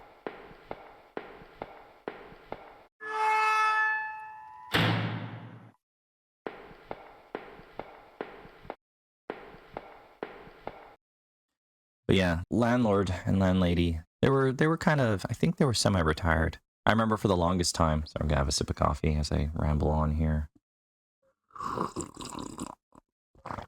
I wanted to go back and, thank them and maybe give them like a gift card. I felt bad for leaving on such rushed terms. But later on, when we were picking up mail because of the whole go to the post office, change your mailing address, that always takes some time. Sometimes things in transit still get mailed to your old place. We picked up mail and they found a replacement tenant right away because they were charging such a low amount. It was no issue for them to do so for that amount of space.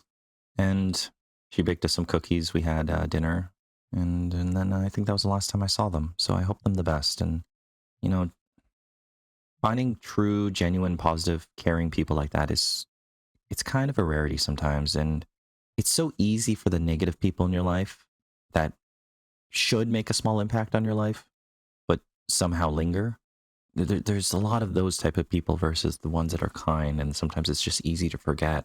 I don't know if that makes any sense. Negativity can sometimes outweigh positivity if you let it. But sometimes you look back and go, hey, you know what? There are a lot of awesome and positive people out there. I guess sometimes I just forget because of just how much negativity there is sometimes. And it all worked out for us because, well, the apartment, I say apartment, but it was a condo that we were renting from. Eventually we would save up money to buy. Maybe more on that later if I haven't already talked about it in a previous episode. But I'll stop rambling because you're here to look at this game, Home by Benjamin Rivers. So let's continue. Our old break table. The layer of dust and grime only made seeing this sting more. Looked like some beer bottles had been used on the table recently. I wondered, Was that guard using this as a break room of his own? Maybe? Or maybe someone else was here drinking. There is a motif of finding beer and alcohol bottles, it seems like, in this game. Or at least references to them. And sometimes I swear you can kind of see them in the level design. Like bottles scattered about. But because it's lo-fi, it's very hard to determine that's what you're looking at. So that's kind of one thing I like about pixels, is your imagination fills in the gap. Kind of make out the details if you squint. I'm sure this game would look even better with a CRT TV. Maybe, I don't know. The old door had been hastily boarded up. I think we have to find something to break it. Break it open. I think we find like a crowbar. Let's see. This was Norman's locker. The door was dented. Someone had punched it. I don't remember him doing that when we worked there. Another panel that I hoped could help me get the power back on. Did I push the switch?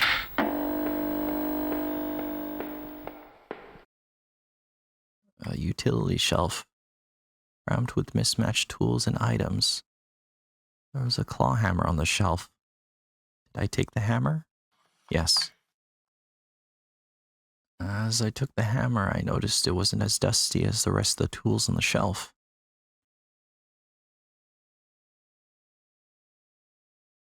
Oh. It's prompting me to pick it up, but I already did. Maybe a glitch. I did take the hammer. I'll probably use it to unboard that door. The locker was a complete mess. Hidden at the bottom, though, was a magnetic card. Did I take the card? Yes. I slipped the key card into my pocket.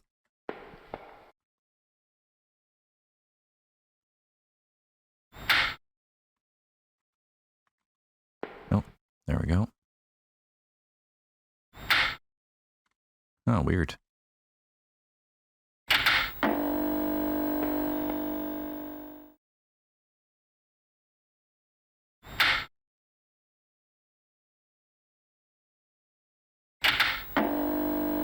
Perfect.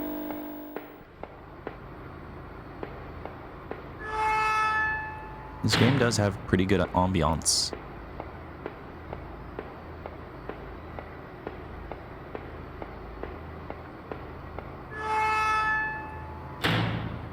So we're given the implication that our protagonist here, who I guess his first name starts with H, I'm led to believe that because he is in a relationship with someone named Rachel. He carved R and H onto the table, so I think his name starts with H. So Mr. H here and Norman, I guess, used to work at this facility. Maybe things shut down for some reason. I struck with a hammer. The old wooden boards came apart easily. After I removed the planks, I left the hammer on the floor. So if it wasn't as dusty as the other stuff, maybe that same hammer was used to board up the door. This was my locker, there in the factory. It stank of booze. There was a picture of Rachel on the inside. It looked like it had been torn up. I thought I had taken that picture home when the factory closed. This room was nothing but bad memories. And then, yeah, more bottles. There was a mess of empty booze bottles. I wonder if that man in the house had something to do with this. He sure had a lot of alcohol at his place. Maybe that guard outside caught him hiding up here?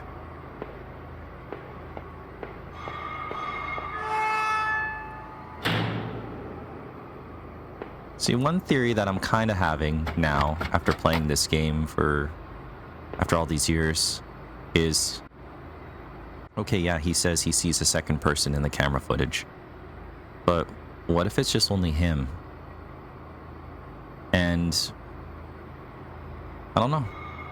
Maybe that body you found has nothing to do with any of these events. This, of course, going under the implication that maybe your character might be the killer. Going through some weird rough patch. Drinking in random places. And then when he's discovered, maybe dispatching them.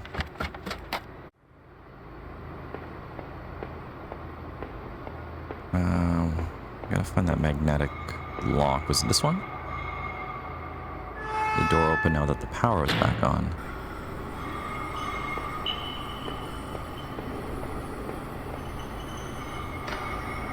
Another smudge of dirt, similar to the one I had found in those sewers, was on the floor.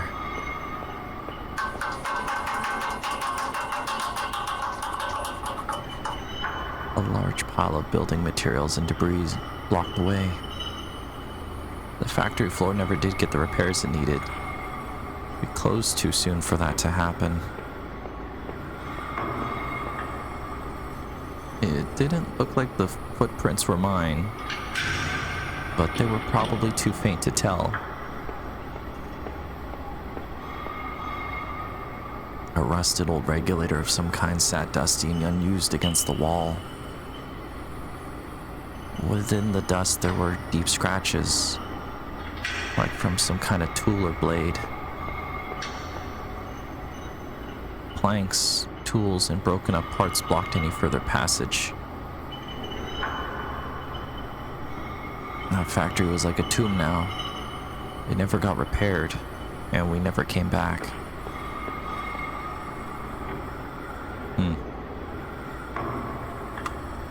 Is there anything else in this area? I guess this is where the character would have got those planks of wood. Planks of wood to nail that door upstairs shut.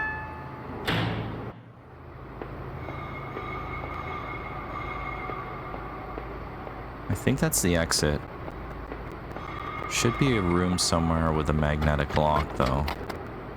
Or sorry, a magnetic keycard lock. Might have been this way.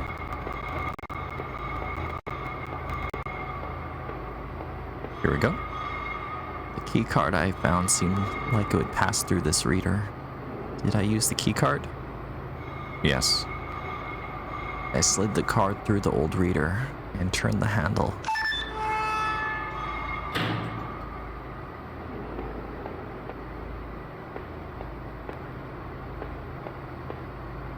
There was some kind of ventilation hatch there. It looked like I could jump to the room below. My leg hurt enough as it was, but I couldn't see another option. Did I jump? No. If I was too chicken to jump down that broken ladder before, why do it now? There had to be another way.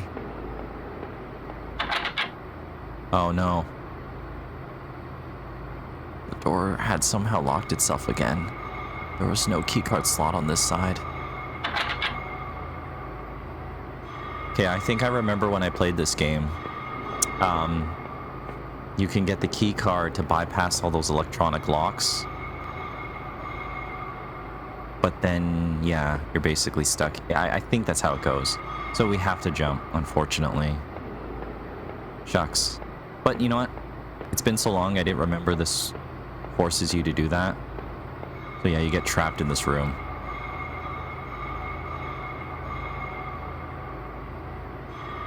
There was some kind of ventilation hatch there. It looked like I could jump to the room below. Yeah. Oh man. My leg hurt like hell. Okay, now I'm walking even slower. Yeah, I think if we just gone through that door with all the switches powered on, it leads to that area. There was a crumpled up letter on the floor. It had been scratched out heavily, and it was hard to make out. Did I try to read the letter? Most of the letter was violently scratched out with what looked like to be a ballpoint pen. All I could make out was, need to, just don't, drinking, need, Norman. Who was Norman writing to? Now our walk speed's slow, but I'm pretty sure we can jump down the ladder from earlier that we used the rope on. So just omit the rope altogether and just jump down the ladder, and I think we get even more injured.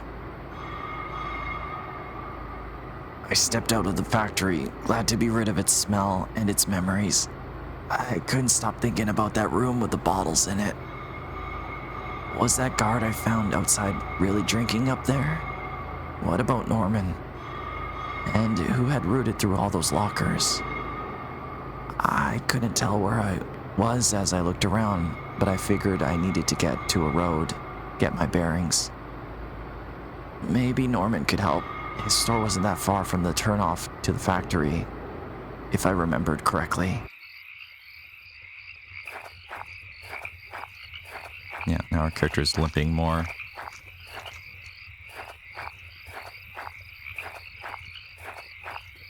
I'm just checking. So you do hear a lot of rustling. Maybe ruffling works as a word.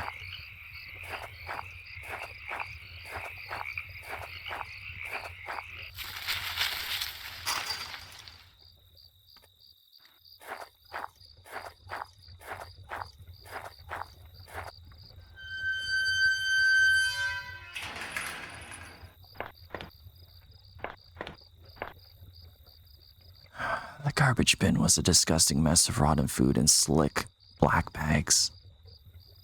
I saw a thin, greenish corner poking out from one of the bags. It was my driver's license. It looked damaged. Did I take it back? I cleaned the card off as best I could. It looked pretty beat up. I was amazed to have found my credit card, and now this. I tucked the card into my wallet next to my credit card. Did someone steal this from me? I wonder why they would have stashed it there. I mean, it seems like they just threw it out. Sounded like it was going to start raining again.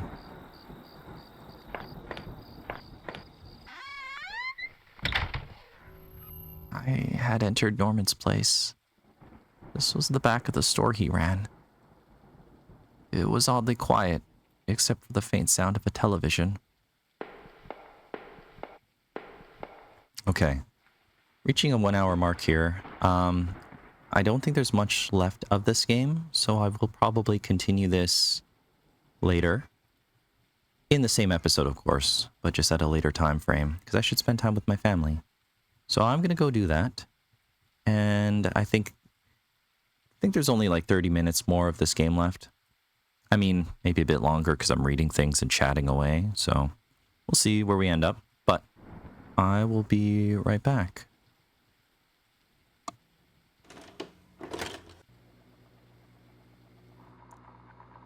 If I gave up now, I would remember what I had seen so far around Norman's place.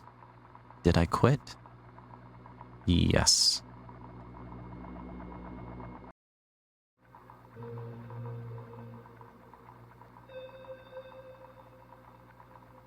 Hello.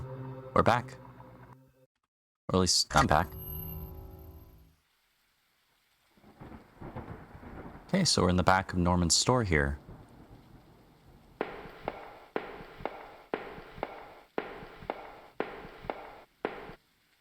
So, I hope you're doing good.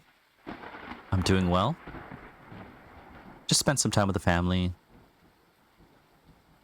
And I ended up catching up with an old coworker, and we were playing Risk of Rain 2.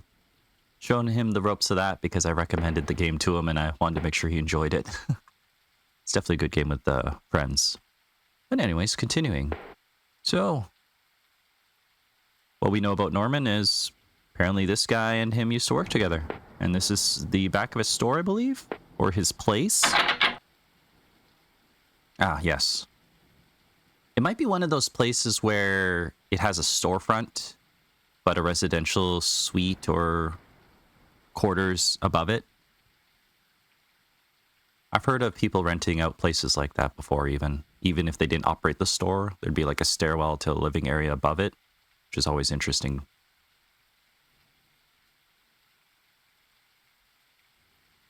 The entrance to the front of the store was locked from inside.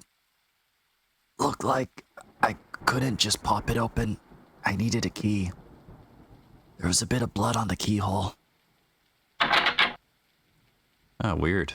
Blood on the keyhole.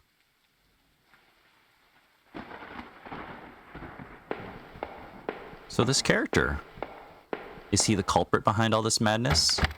Is this series of lemony snickets, unfortunate events, of him finding all these corpses? Is he the bad guy?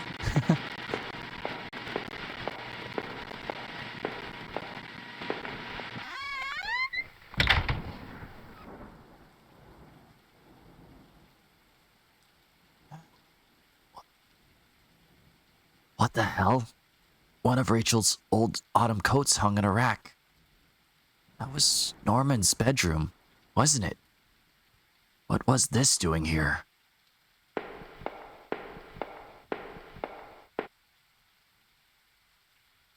There was a well-maintained gun cabinet here in Norman's room. I didn't know much about guns, but it looked like he kept a few hunting rifles. I knew Norman hunted occasionally, but I didn't know him to be such a collector.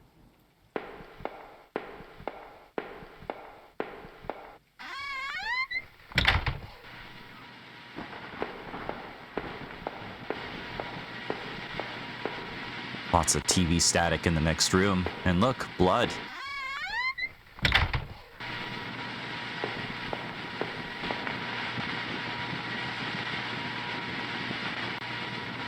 The TV still flickered some indecipherable channel. I couldn't make out what was on the screen, but that glow just gave me the chills. Uh-oh. Oh no. I couldn't believe what I was seeing.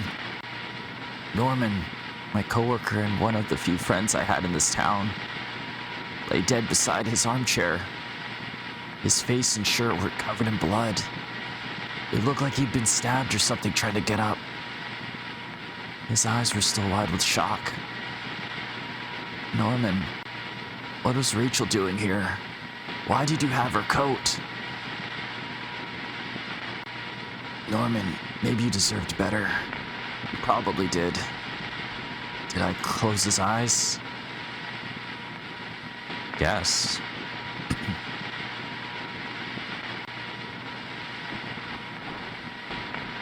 I closed his eyelids down, shuddering as I did so. I wasn't sure if I wanted to give him peace, or if I just couldn't stand to think anymore about what was going on.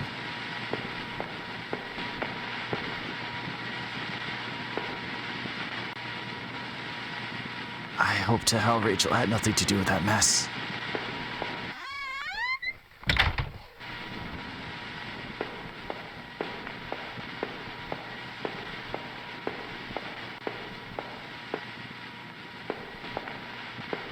Nothing over here, I guess? The kitchen trash bin smelled fresh. I didn't dig through that mess, did I? I found a hairpin amongst the rotting food and trash and pocketed it.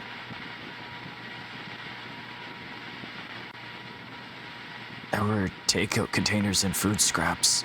Looked like Norman was eating for two. I guess this was Norman's kitchen table. He kept it clean enough, but there were water rings from 2 cups still there in the wood.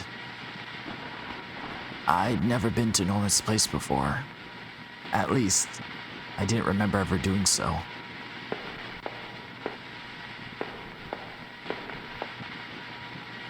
Oops.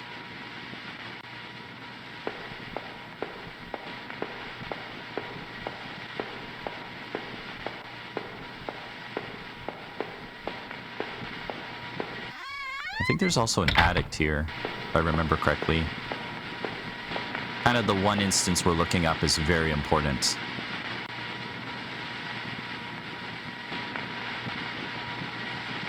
What was this? It looked like a pull chain hanging from the ceiling. I wondered where it led. Did I pull the chain? Yes. I gave the chain a single tug, and a simple folding ladder to the attic popped down. I apologize if I'm doing a terrible voice. I'm just committing to it.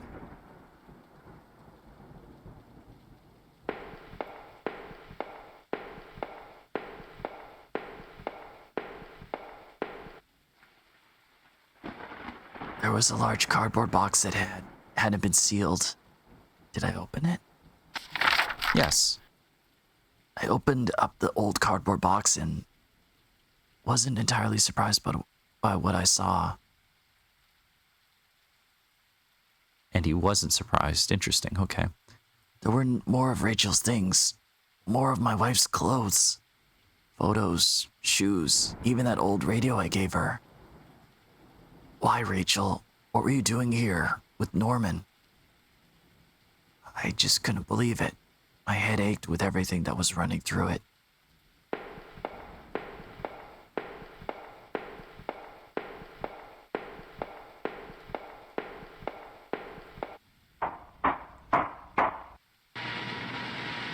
Okay, so...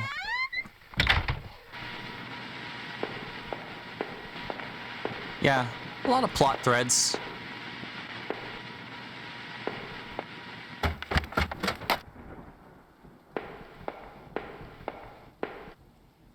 I used the hairpin to pick the lock. The hairpin snapped in half, so I threw it away. The general store was small, but it was clean.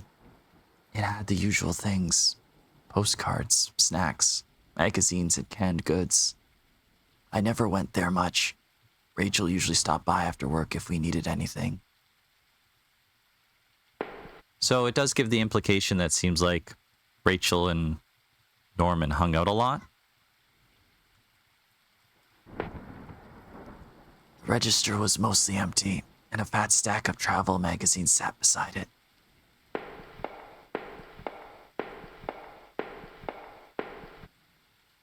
The icebox seemed to be unplugged. It must have been off for a while. Most of its contents were half melted.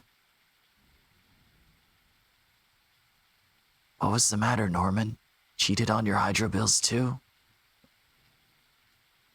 See, that seems a bit forward.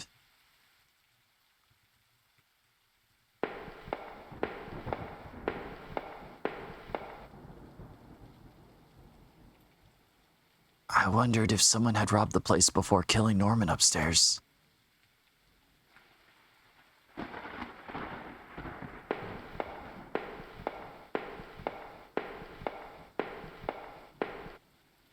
There were various postcards from the area, especially from the tourist traps.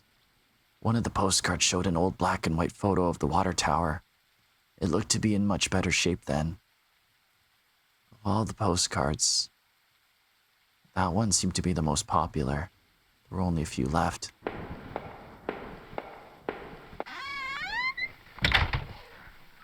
That night continued to take horrible turn after horrible turn.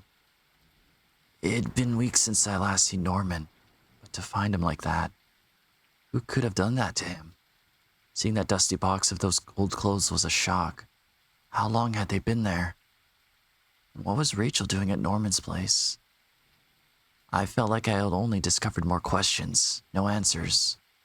But I was close to home. It was time to find out the truth.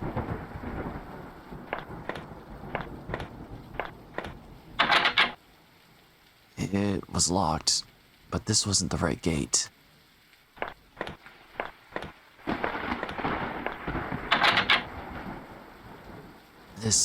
The gate was locked tight. This wasn't my house.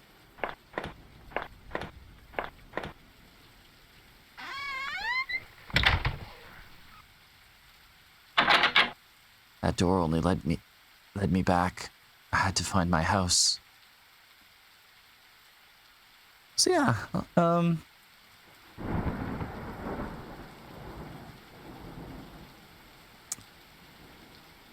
should probably do this.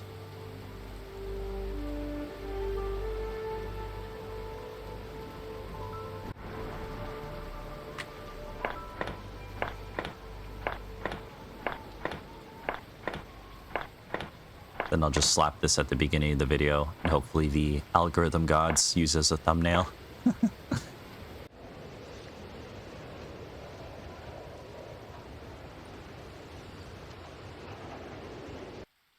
Okay. The neighborhood's local post box. A letter was sticking out, as if someone hadn't pushed it all the way in. I knew it wasn't right, but did I look at the letter? The envelope was addressed to Norman. There was no returning address, but the handwriting looked familiar. I took a deep breath and tore open the package. Norman, I'm sending this to you in a letter because I'm afraid to tell you this in person. What we did, well, it was wrong. My husband isn't an easy man to be with, but he is my husband and your friend. I need some time to sort this out, away from you both. I'm going away for a while. I'm going to tell him, Norman. So don't you think you can hold that against me? Maybe we'll work it out. I'm not sure I even want to, but he deserves at least that much. Goodbye. I didn't know what to think. My mind was racing, my heart pounding. I had to get home. I just had to.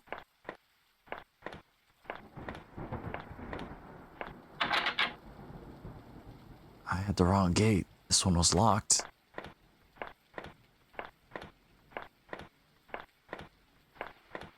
Blood on the wall there. Oh, it's probably that one.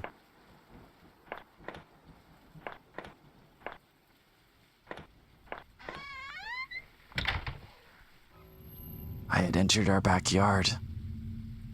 The rain gave me a terrible sense of foreboding, and it chilled me through my clothes. I was expectant, but also afraid.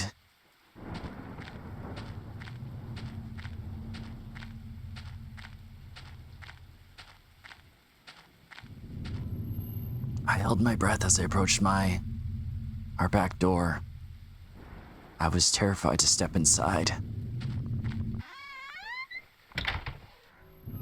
The house was painfully quiet.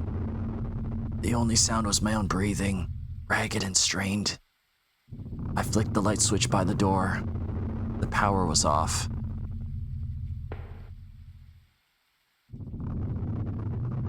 So maybe there's a power outage going on. I remembered having breakfast here on this very table. Was that yesterday or sometime before? The table was clean. It hadn't been used any time recently.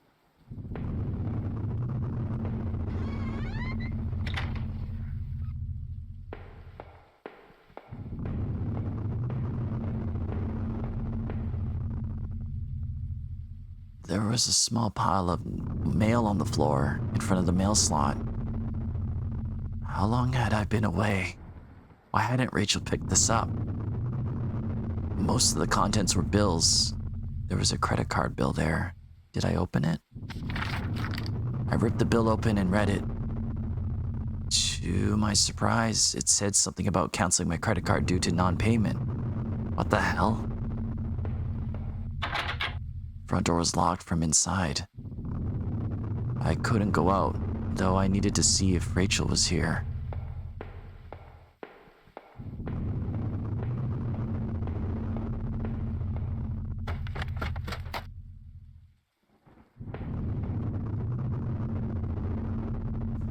See, I guess, one thought is, what if Norman was in cahoots with that hunter that we see at the beginning of the game? But that's just a connection only made because both of them have guns and seem to be hunter enthusiasts. I don't know. Grasping at straws here.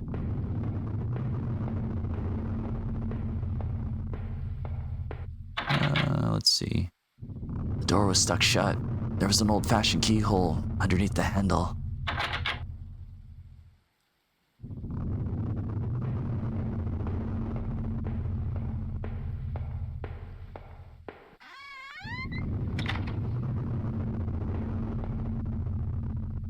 I had found the last missing piece from my wallet. The old photo of Rachel and I stared back at me, reminding me of better times. It didn't make me feel terribly comfortable. Did I keep it anyway? I replaced the photo in my wallet, feeling like I had got part of my life back. Still, the image made me uneasy. Why had I thrown it away? Achievement, stolen identity. Recover the piece of your wallet.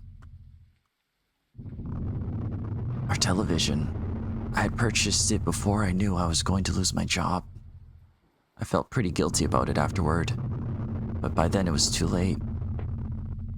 Rachel was pretty angry about that, I realized.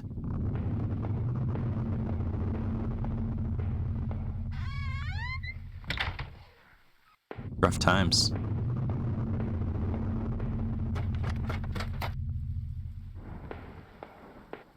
Broken mirror.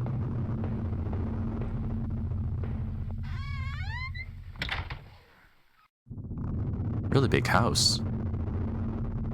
The books there were half mine, half Rachel's.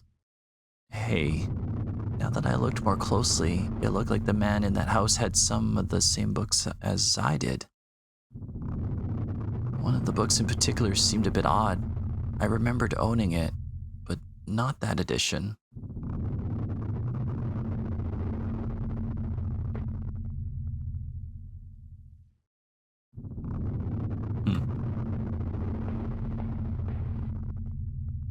My wife's, Rachel's suitcase was sitting on the bed.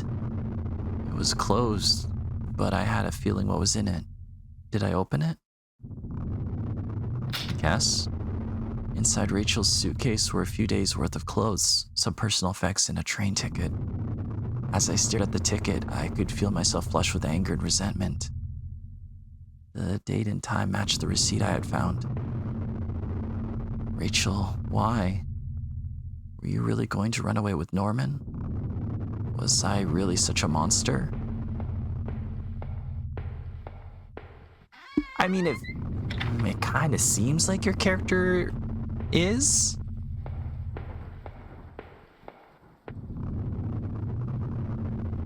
Our hallway mirror had been smashed, its pieces scattered around the floor. There's blood here.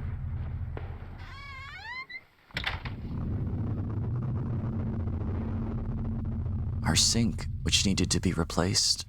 One of the taps always stuck, but I haven't got around to fixing it yet. That old house was charming for sure, but it wasn't always easy.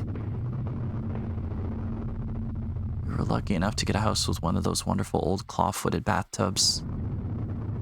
It seemed impractical at times, but it was part of what made that house home.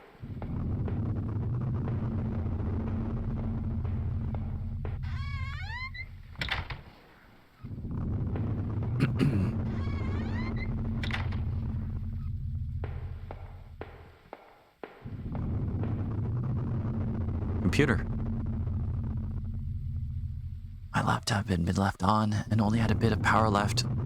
On the screen was a website about the old water tower.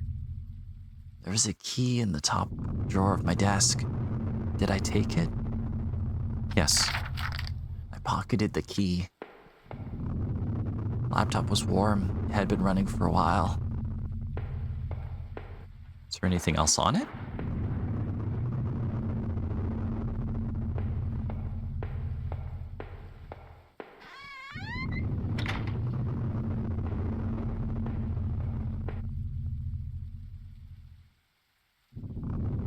I couldn't really make myself out anymore. I wasn't sure I wanted to.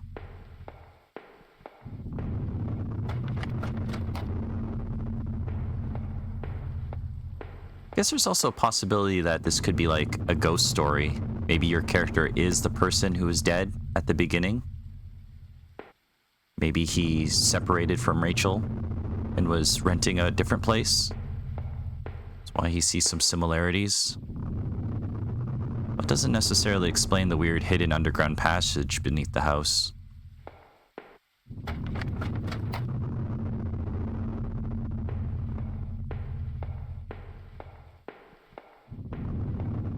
I think we gotta use that key on the locked door, which was this one. Unlock the basement door. I think the basement is basically the end of the game, if I remember correctly.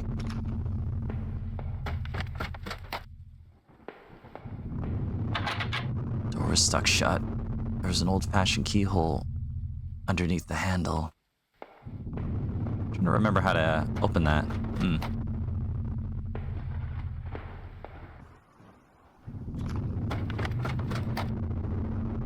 We might have missed something. It's possible. There were old Christmas decorations in the box. I couldn't even remember our last Christmas. The garbage bags were stuffed with old paint cans and supplies. There's a dirty old key here. Did I take the key? Yes. I took the small key and tried to remember what it unlocked. Well, probably the room I was just looking at.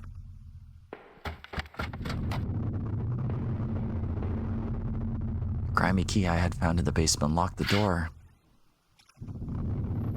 It looked like the room had been tossed around. The furniture was a mess. Did somebody break in here? There was an old crowbar on the floor. Did I need to take the crowbar? Yes.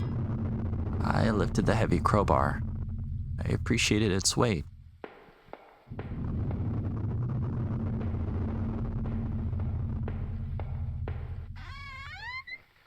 Huh.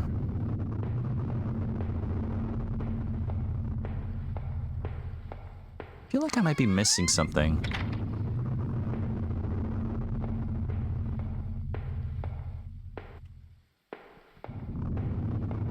I'm trying to remember if this place had an attic as well. I'm just gonna quickly look around.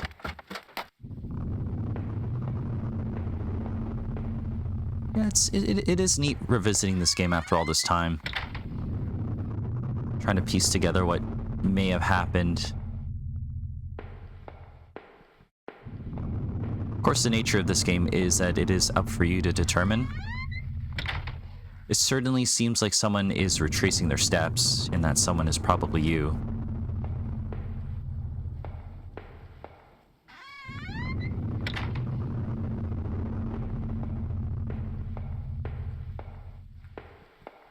Huh.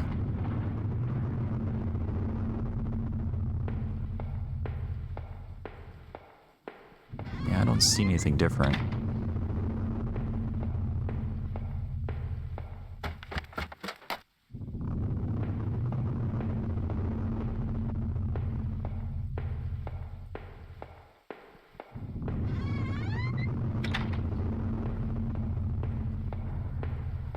Yeah. Okay. I guess we'll continue to the basement then.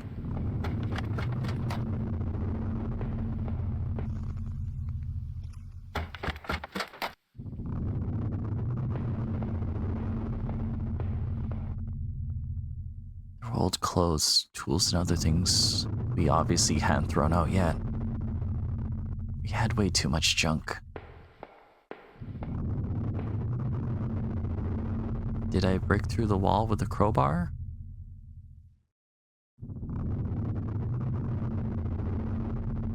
I couldn't bring myself to see what was on the other side.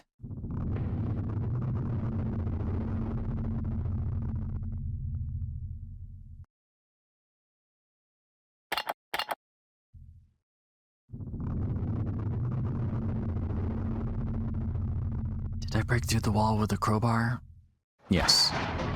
With a heave, I swung the crowbar at the wall. I smashed a hole large enough to step through. As I stepped through the wall, As I stepped through the broken wall, my breath caught my throat. This was it. Was Rachel down there? Was she okay? Don't look.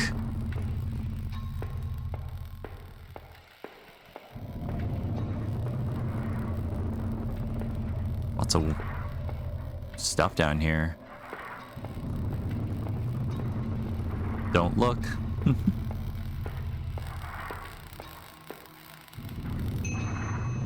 A filthy looking pile of rags had been dumped in the corner. The stench of them was awful and made my eyes water. I was terrified to even touch the pile, to see what lay within, but I knew I had to. I had come this far. After all this searching, after all I had seen, when I looked within the rags, did I finally find my Rachel?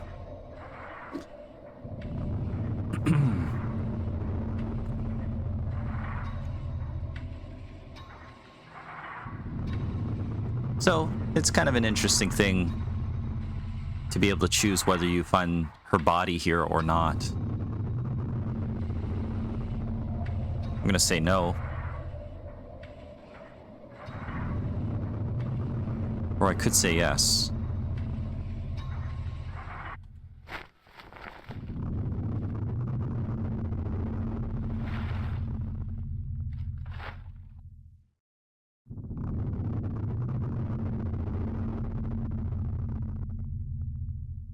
The rags were wet, matted, covered in dirt and grime. But inside that tattered mess was no sign of my beloved wife. Rachel wasn't there. I looked around in confusion, trying to figure out what to do next. She wasn't there. Where was she? What had I been searching for this entire time? I remembered the look on Rachel's face when I came home, didn't I? Then the awful realization hit me right in the gut. I had been looking at this the wrong way, hadn't I? This is what you've been trying to tell me all along, isn't it? I couldn't find Rachel there. I won't find her anywhere else because she was never there at all, was she? I stumbled back upstairs, the pain in my leg just a dull ache now. Sat down in my bedroom. My mind was spinning, and the ache I felt before was near crippling. Finally, I could no longer fight the exhaustion. As I tried to grab hold of something that would make sense of all this, I must have drifted off.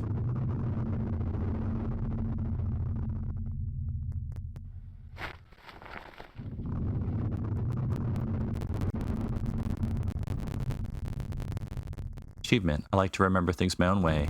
Maybe this isn't what you thought it was. I think that's what I read.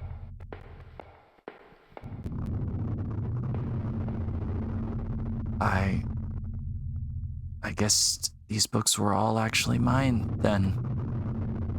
My head was pounding.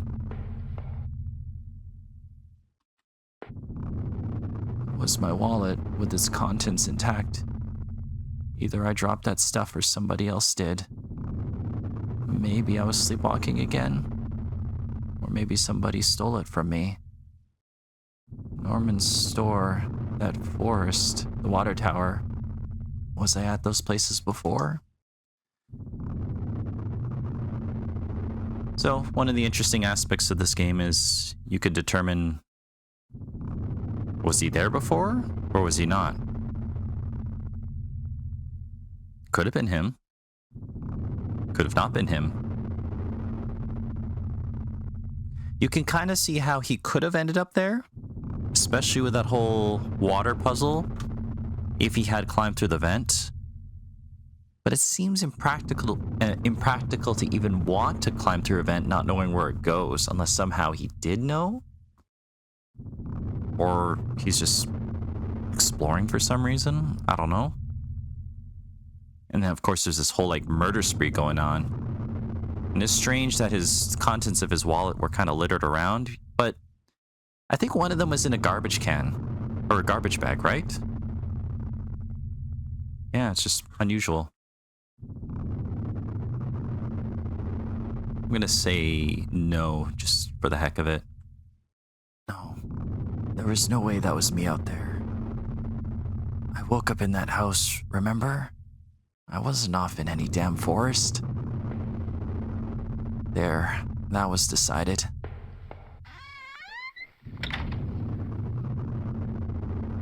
It was the photo of the other man and his wife that I found in that house.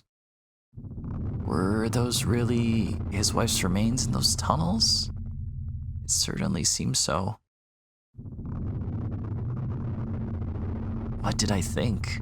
Did the other man murder his wife and bury her in those tunnels? And see, this makes me wonder if maybe it's like a split personality type of thing. You know, he saw the camera footage, he saw two people. It could have been just one. Or it could have been Norman and that other person working together to murder people. Or it could have just been him. Like there was, like right now, maybe right now we've kind of convinced him that Rachel never existed. So maybe now he's looking at this photo here and it's actually Rachel and himself, but he doesn't recognize them anymore. Because he's likes to remember things his own way.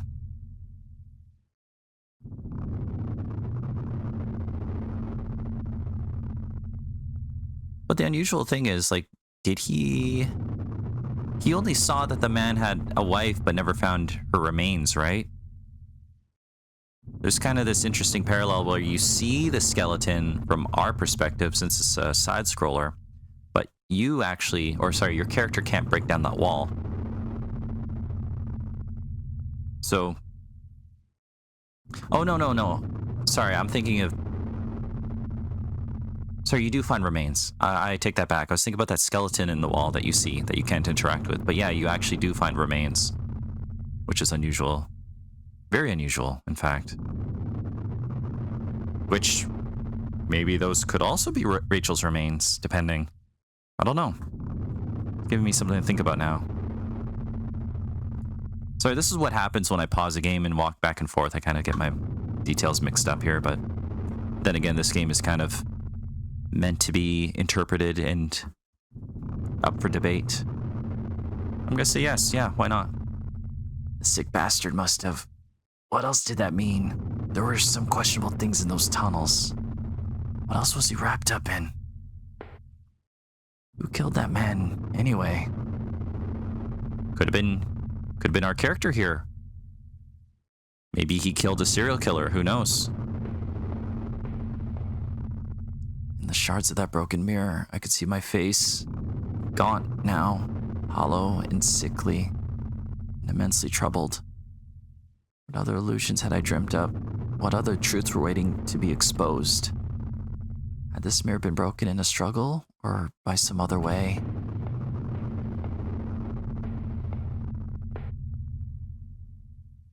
Wasn't there blood in this corner before? Am I right? I swear there was.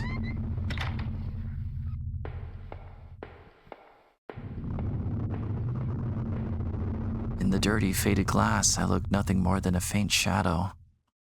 There was only one set of toiletries by the sink. I used to tell myself that Rachel was the one who wanted to keep the tub. When was the last time I showered? I smelled awful.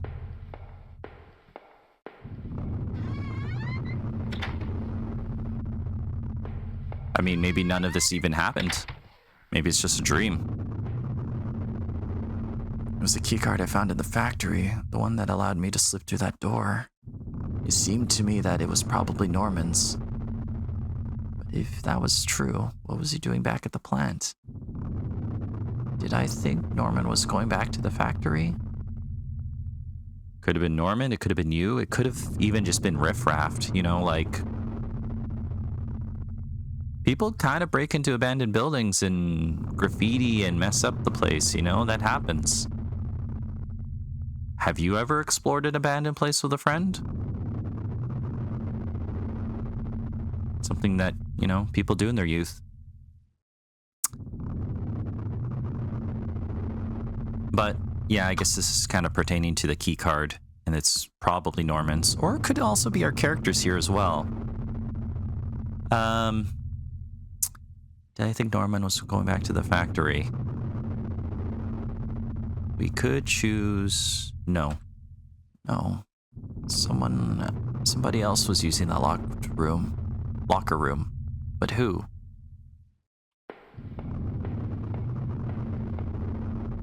The laptop had finally run out of power.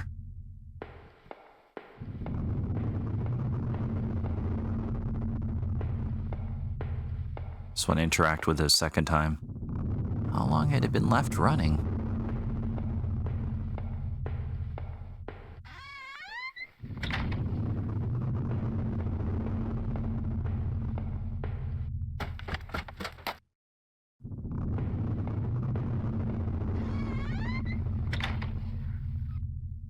So I guess right now at this phase of the game, it's kind of collecting everything that you've come across, and you're kind of assessing what your character thinks about it.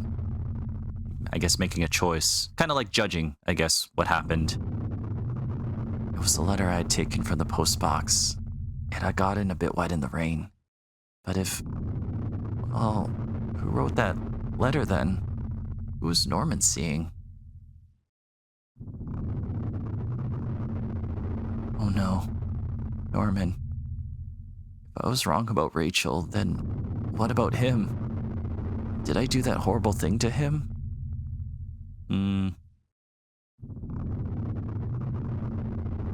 No. I couldn't have. I clearly wasn't seeing things correctly, but no. I could never do something like that. The more I thought of Norman, the worse I started to feel. I had that old TV for so long. I don't know if I could ever replace it. Interesting. Now it's not a flat screen TV, it's just a CRT TV or whatever it's called. It was a piece of junk, but I couldn't really afford anything newer.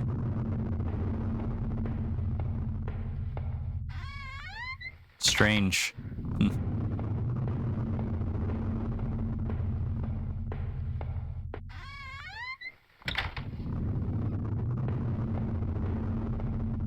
There's a safe here now. And like a second bedroom, I guess? I surmised that at least 2 of the names in that musty notebook had been recent victims. Heather, Olivia, Ashley, Cheryl, Iris, Daphne, Holly, Rose.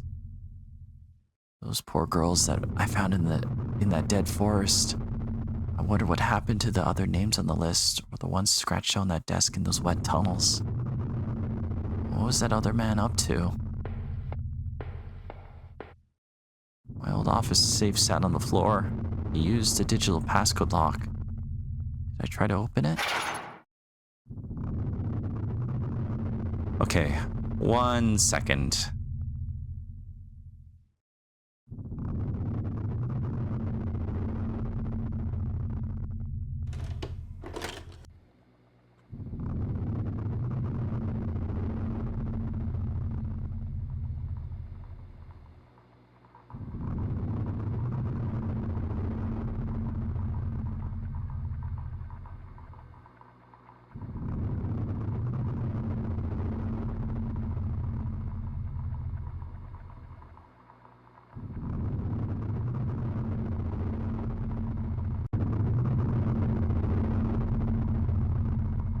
Okay, so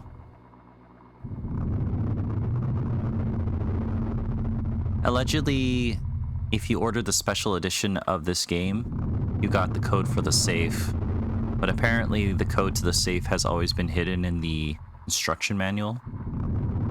So I've heard, and basically anything that's in brackets, I think, is how you solve it. So, right here we have 4R, 3U, HE, R3. Nobody is safe. Let's try it out.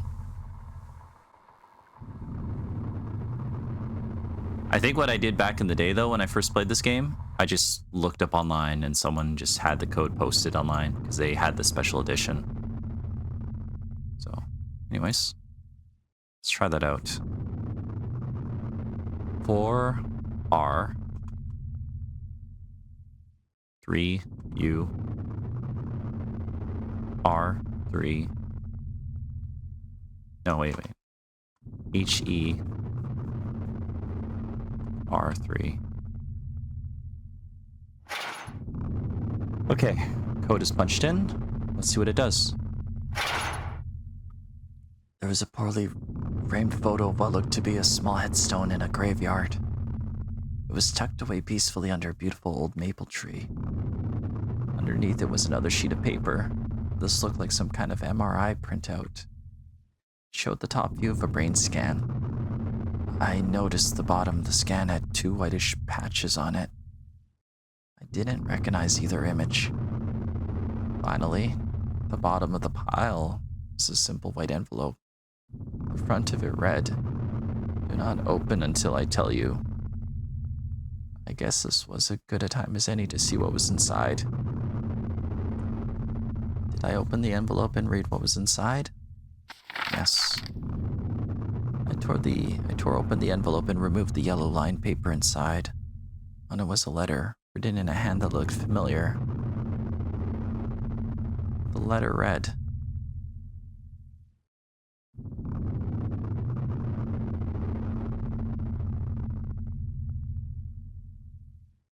"I know this whole event has probably been pretty difficult. You can't imagine how hard it's been for me, too. Well, maybe you can. That isn't meant to be an excuse, but, well,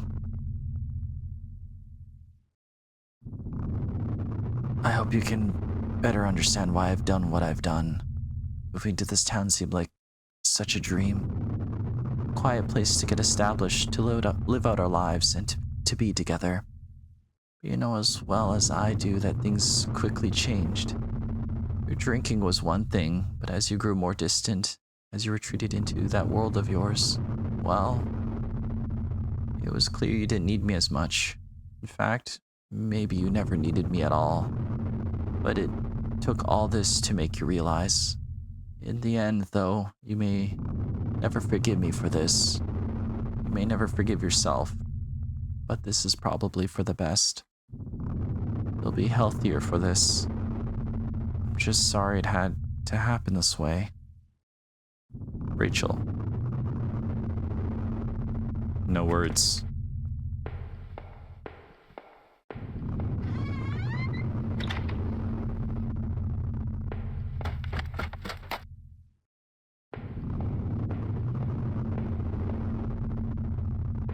Before, the chair was toppled over, but now it's upright again. The pile of mail on the floor I now saw was addressed to me. Bills, credit card offers, a letter from the bank, they were all addressed to me. By the looks of it, I hadn't collected the mail in over a week.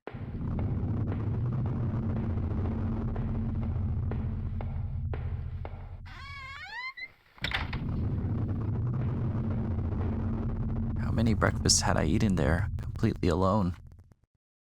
To think of it, I didn't think I even had guests over. I must have locked the door. There was no reason to return to the backyard anyway.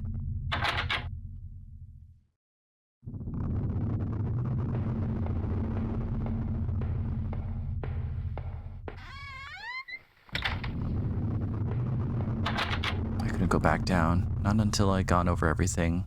I need to make sure I was perfectly clear. Okay, so yeah, the game does make you cross-examine everything you had seen.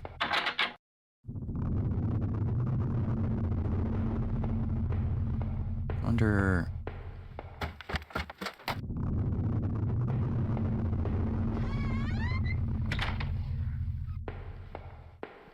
the safe.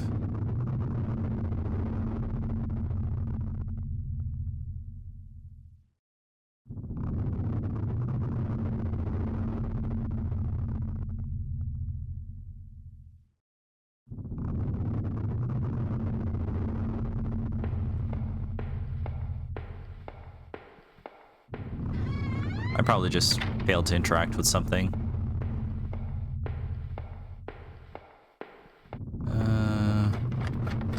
Here, I'll just double check to see what I missed. Be right back.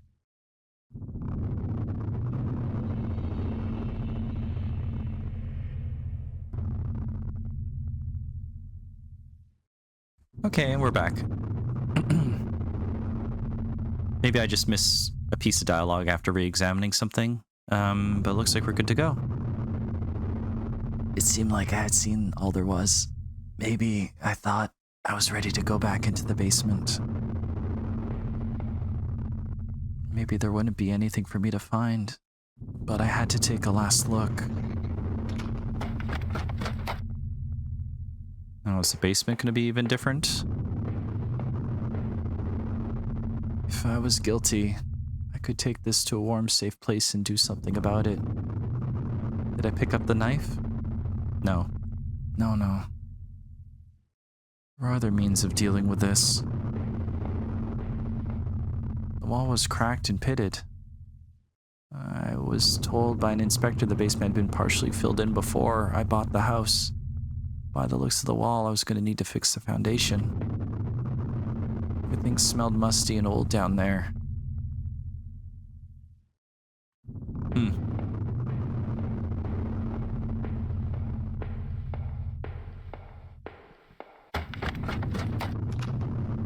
So there isn't even a crack in the wall now.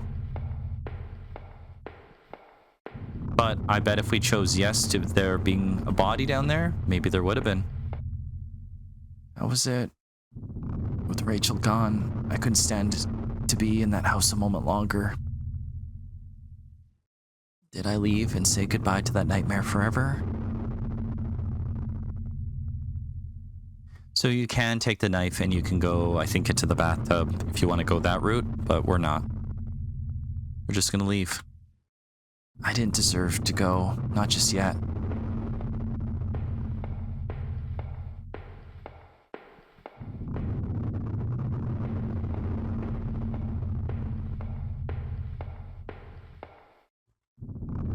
I think I accidentally hit no. My mistake.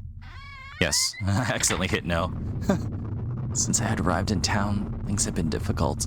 Working in the plant, though, had been good for me. It kept me in line, gave me something to do, and helped me get away from my past. When the factory closed, everything changed. I guess that's when I started sleepwalking, disappearing for hours at a time.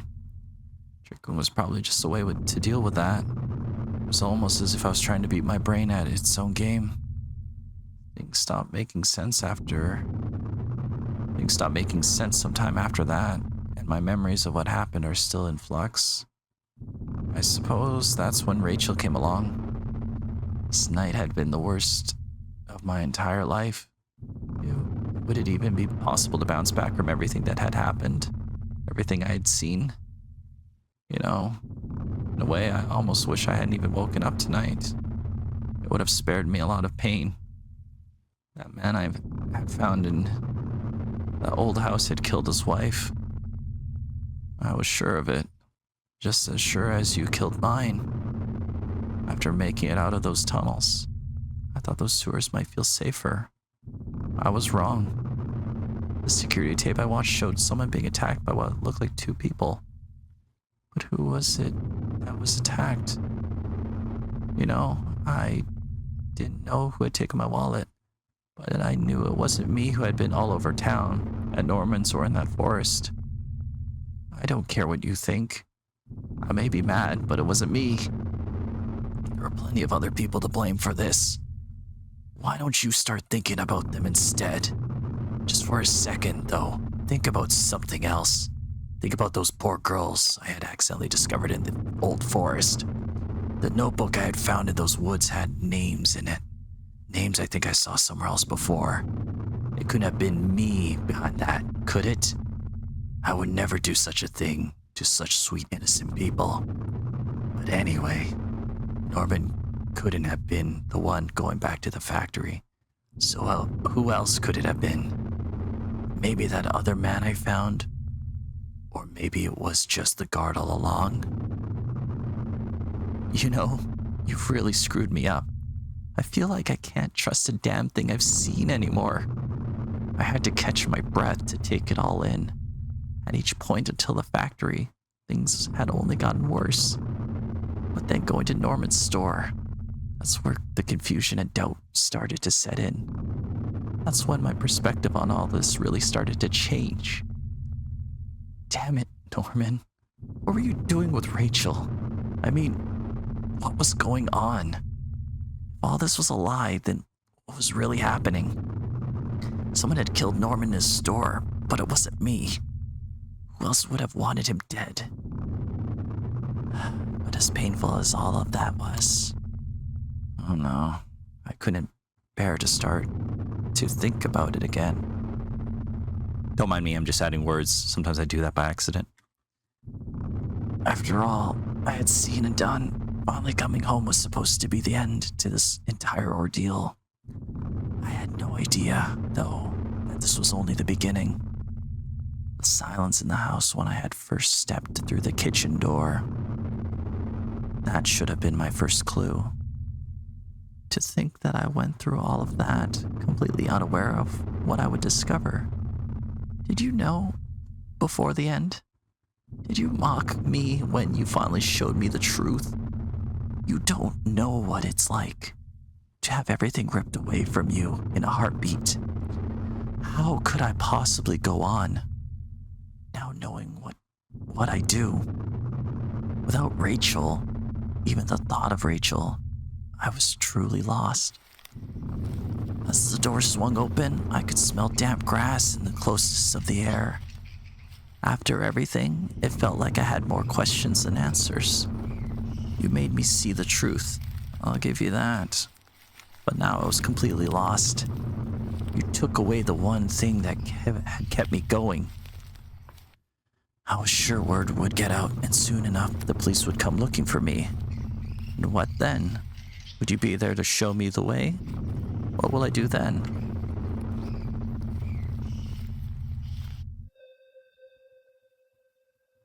Okay, the ending is slipping away, ending your story by leaving.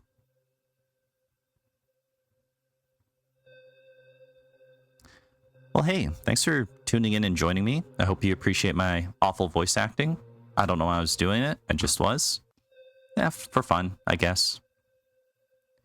But yeah, I do appreciate and love this game. It's a very short and sweet little trip, experiment, a unique horror experience.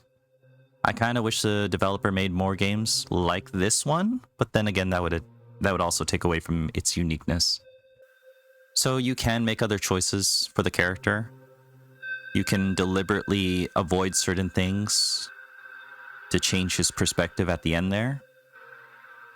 And you can also come to a couple different conclusions, if I recall. I don't quite remember how many endings I got when I first played this. I think there's at least 3. There's you leaving, there's your character with the bathtub, and I think the knife. And I believe you can also do something with the gun. I also believe if you take the gun with you, you can stash it back at Norman's house, because I think it looks like it was from there. Yeah, that was home. Well, that was a nice little trip down memory lane. At least for me. Maybe not so much this guy. I do wonder what actually happened in this game. It does seem kind of suspicious and obvious that your character here comes across evidence of his stuff. And you can kind of see a pathway of what happened. Back in the day, there used to be a website where you could make suggestions and submit your own theory to what you feel like happened in this game. I don't know if that website still exists. Hold on. I'll just take a quick look.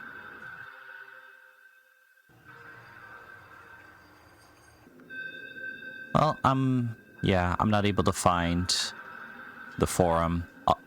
I was just curious if I could find it because I remember in 2012, after beating this game, there was a forum affiliated with the dev where you could submit your own theories about what happened, and it was interesting to read it. In this day and age, well, 12 years later, first off, it's kind of hard to look up anything about this game because when you type in home, you find a lot of things. Really. Gone Home is another game that you might find while looking this up, or just other horror-based games and stuff like that. So yeah, the simplicity of its name kind of makes it hard to look up in some ways. You have an easier time looking up home horror, if that makes sense. But so anyways, that was a good little romp. I enjoyed it. It was fun to revisit. I feel like your character did it. I know certain aspects of the story, though, can change whether you have your character investigate things or gloss over them. I think there might even be an ending where you just skip over everything and just get back home. But I don't know. But it is definitely a murder mystery with a twist because you decide what ultimately happens. And that's true. Maybe none of it happened. I don't know. That's just kind of how the game goes. So it's up for you to decide. I feel like it might be a case of a split personality, I guess. Anyways. I'm going to take off now. So you have a good rest of your day, afternoon, evening, or night. And I will catch up with you later. Hope you had fun. See ya.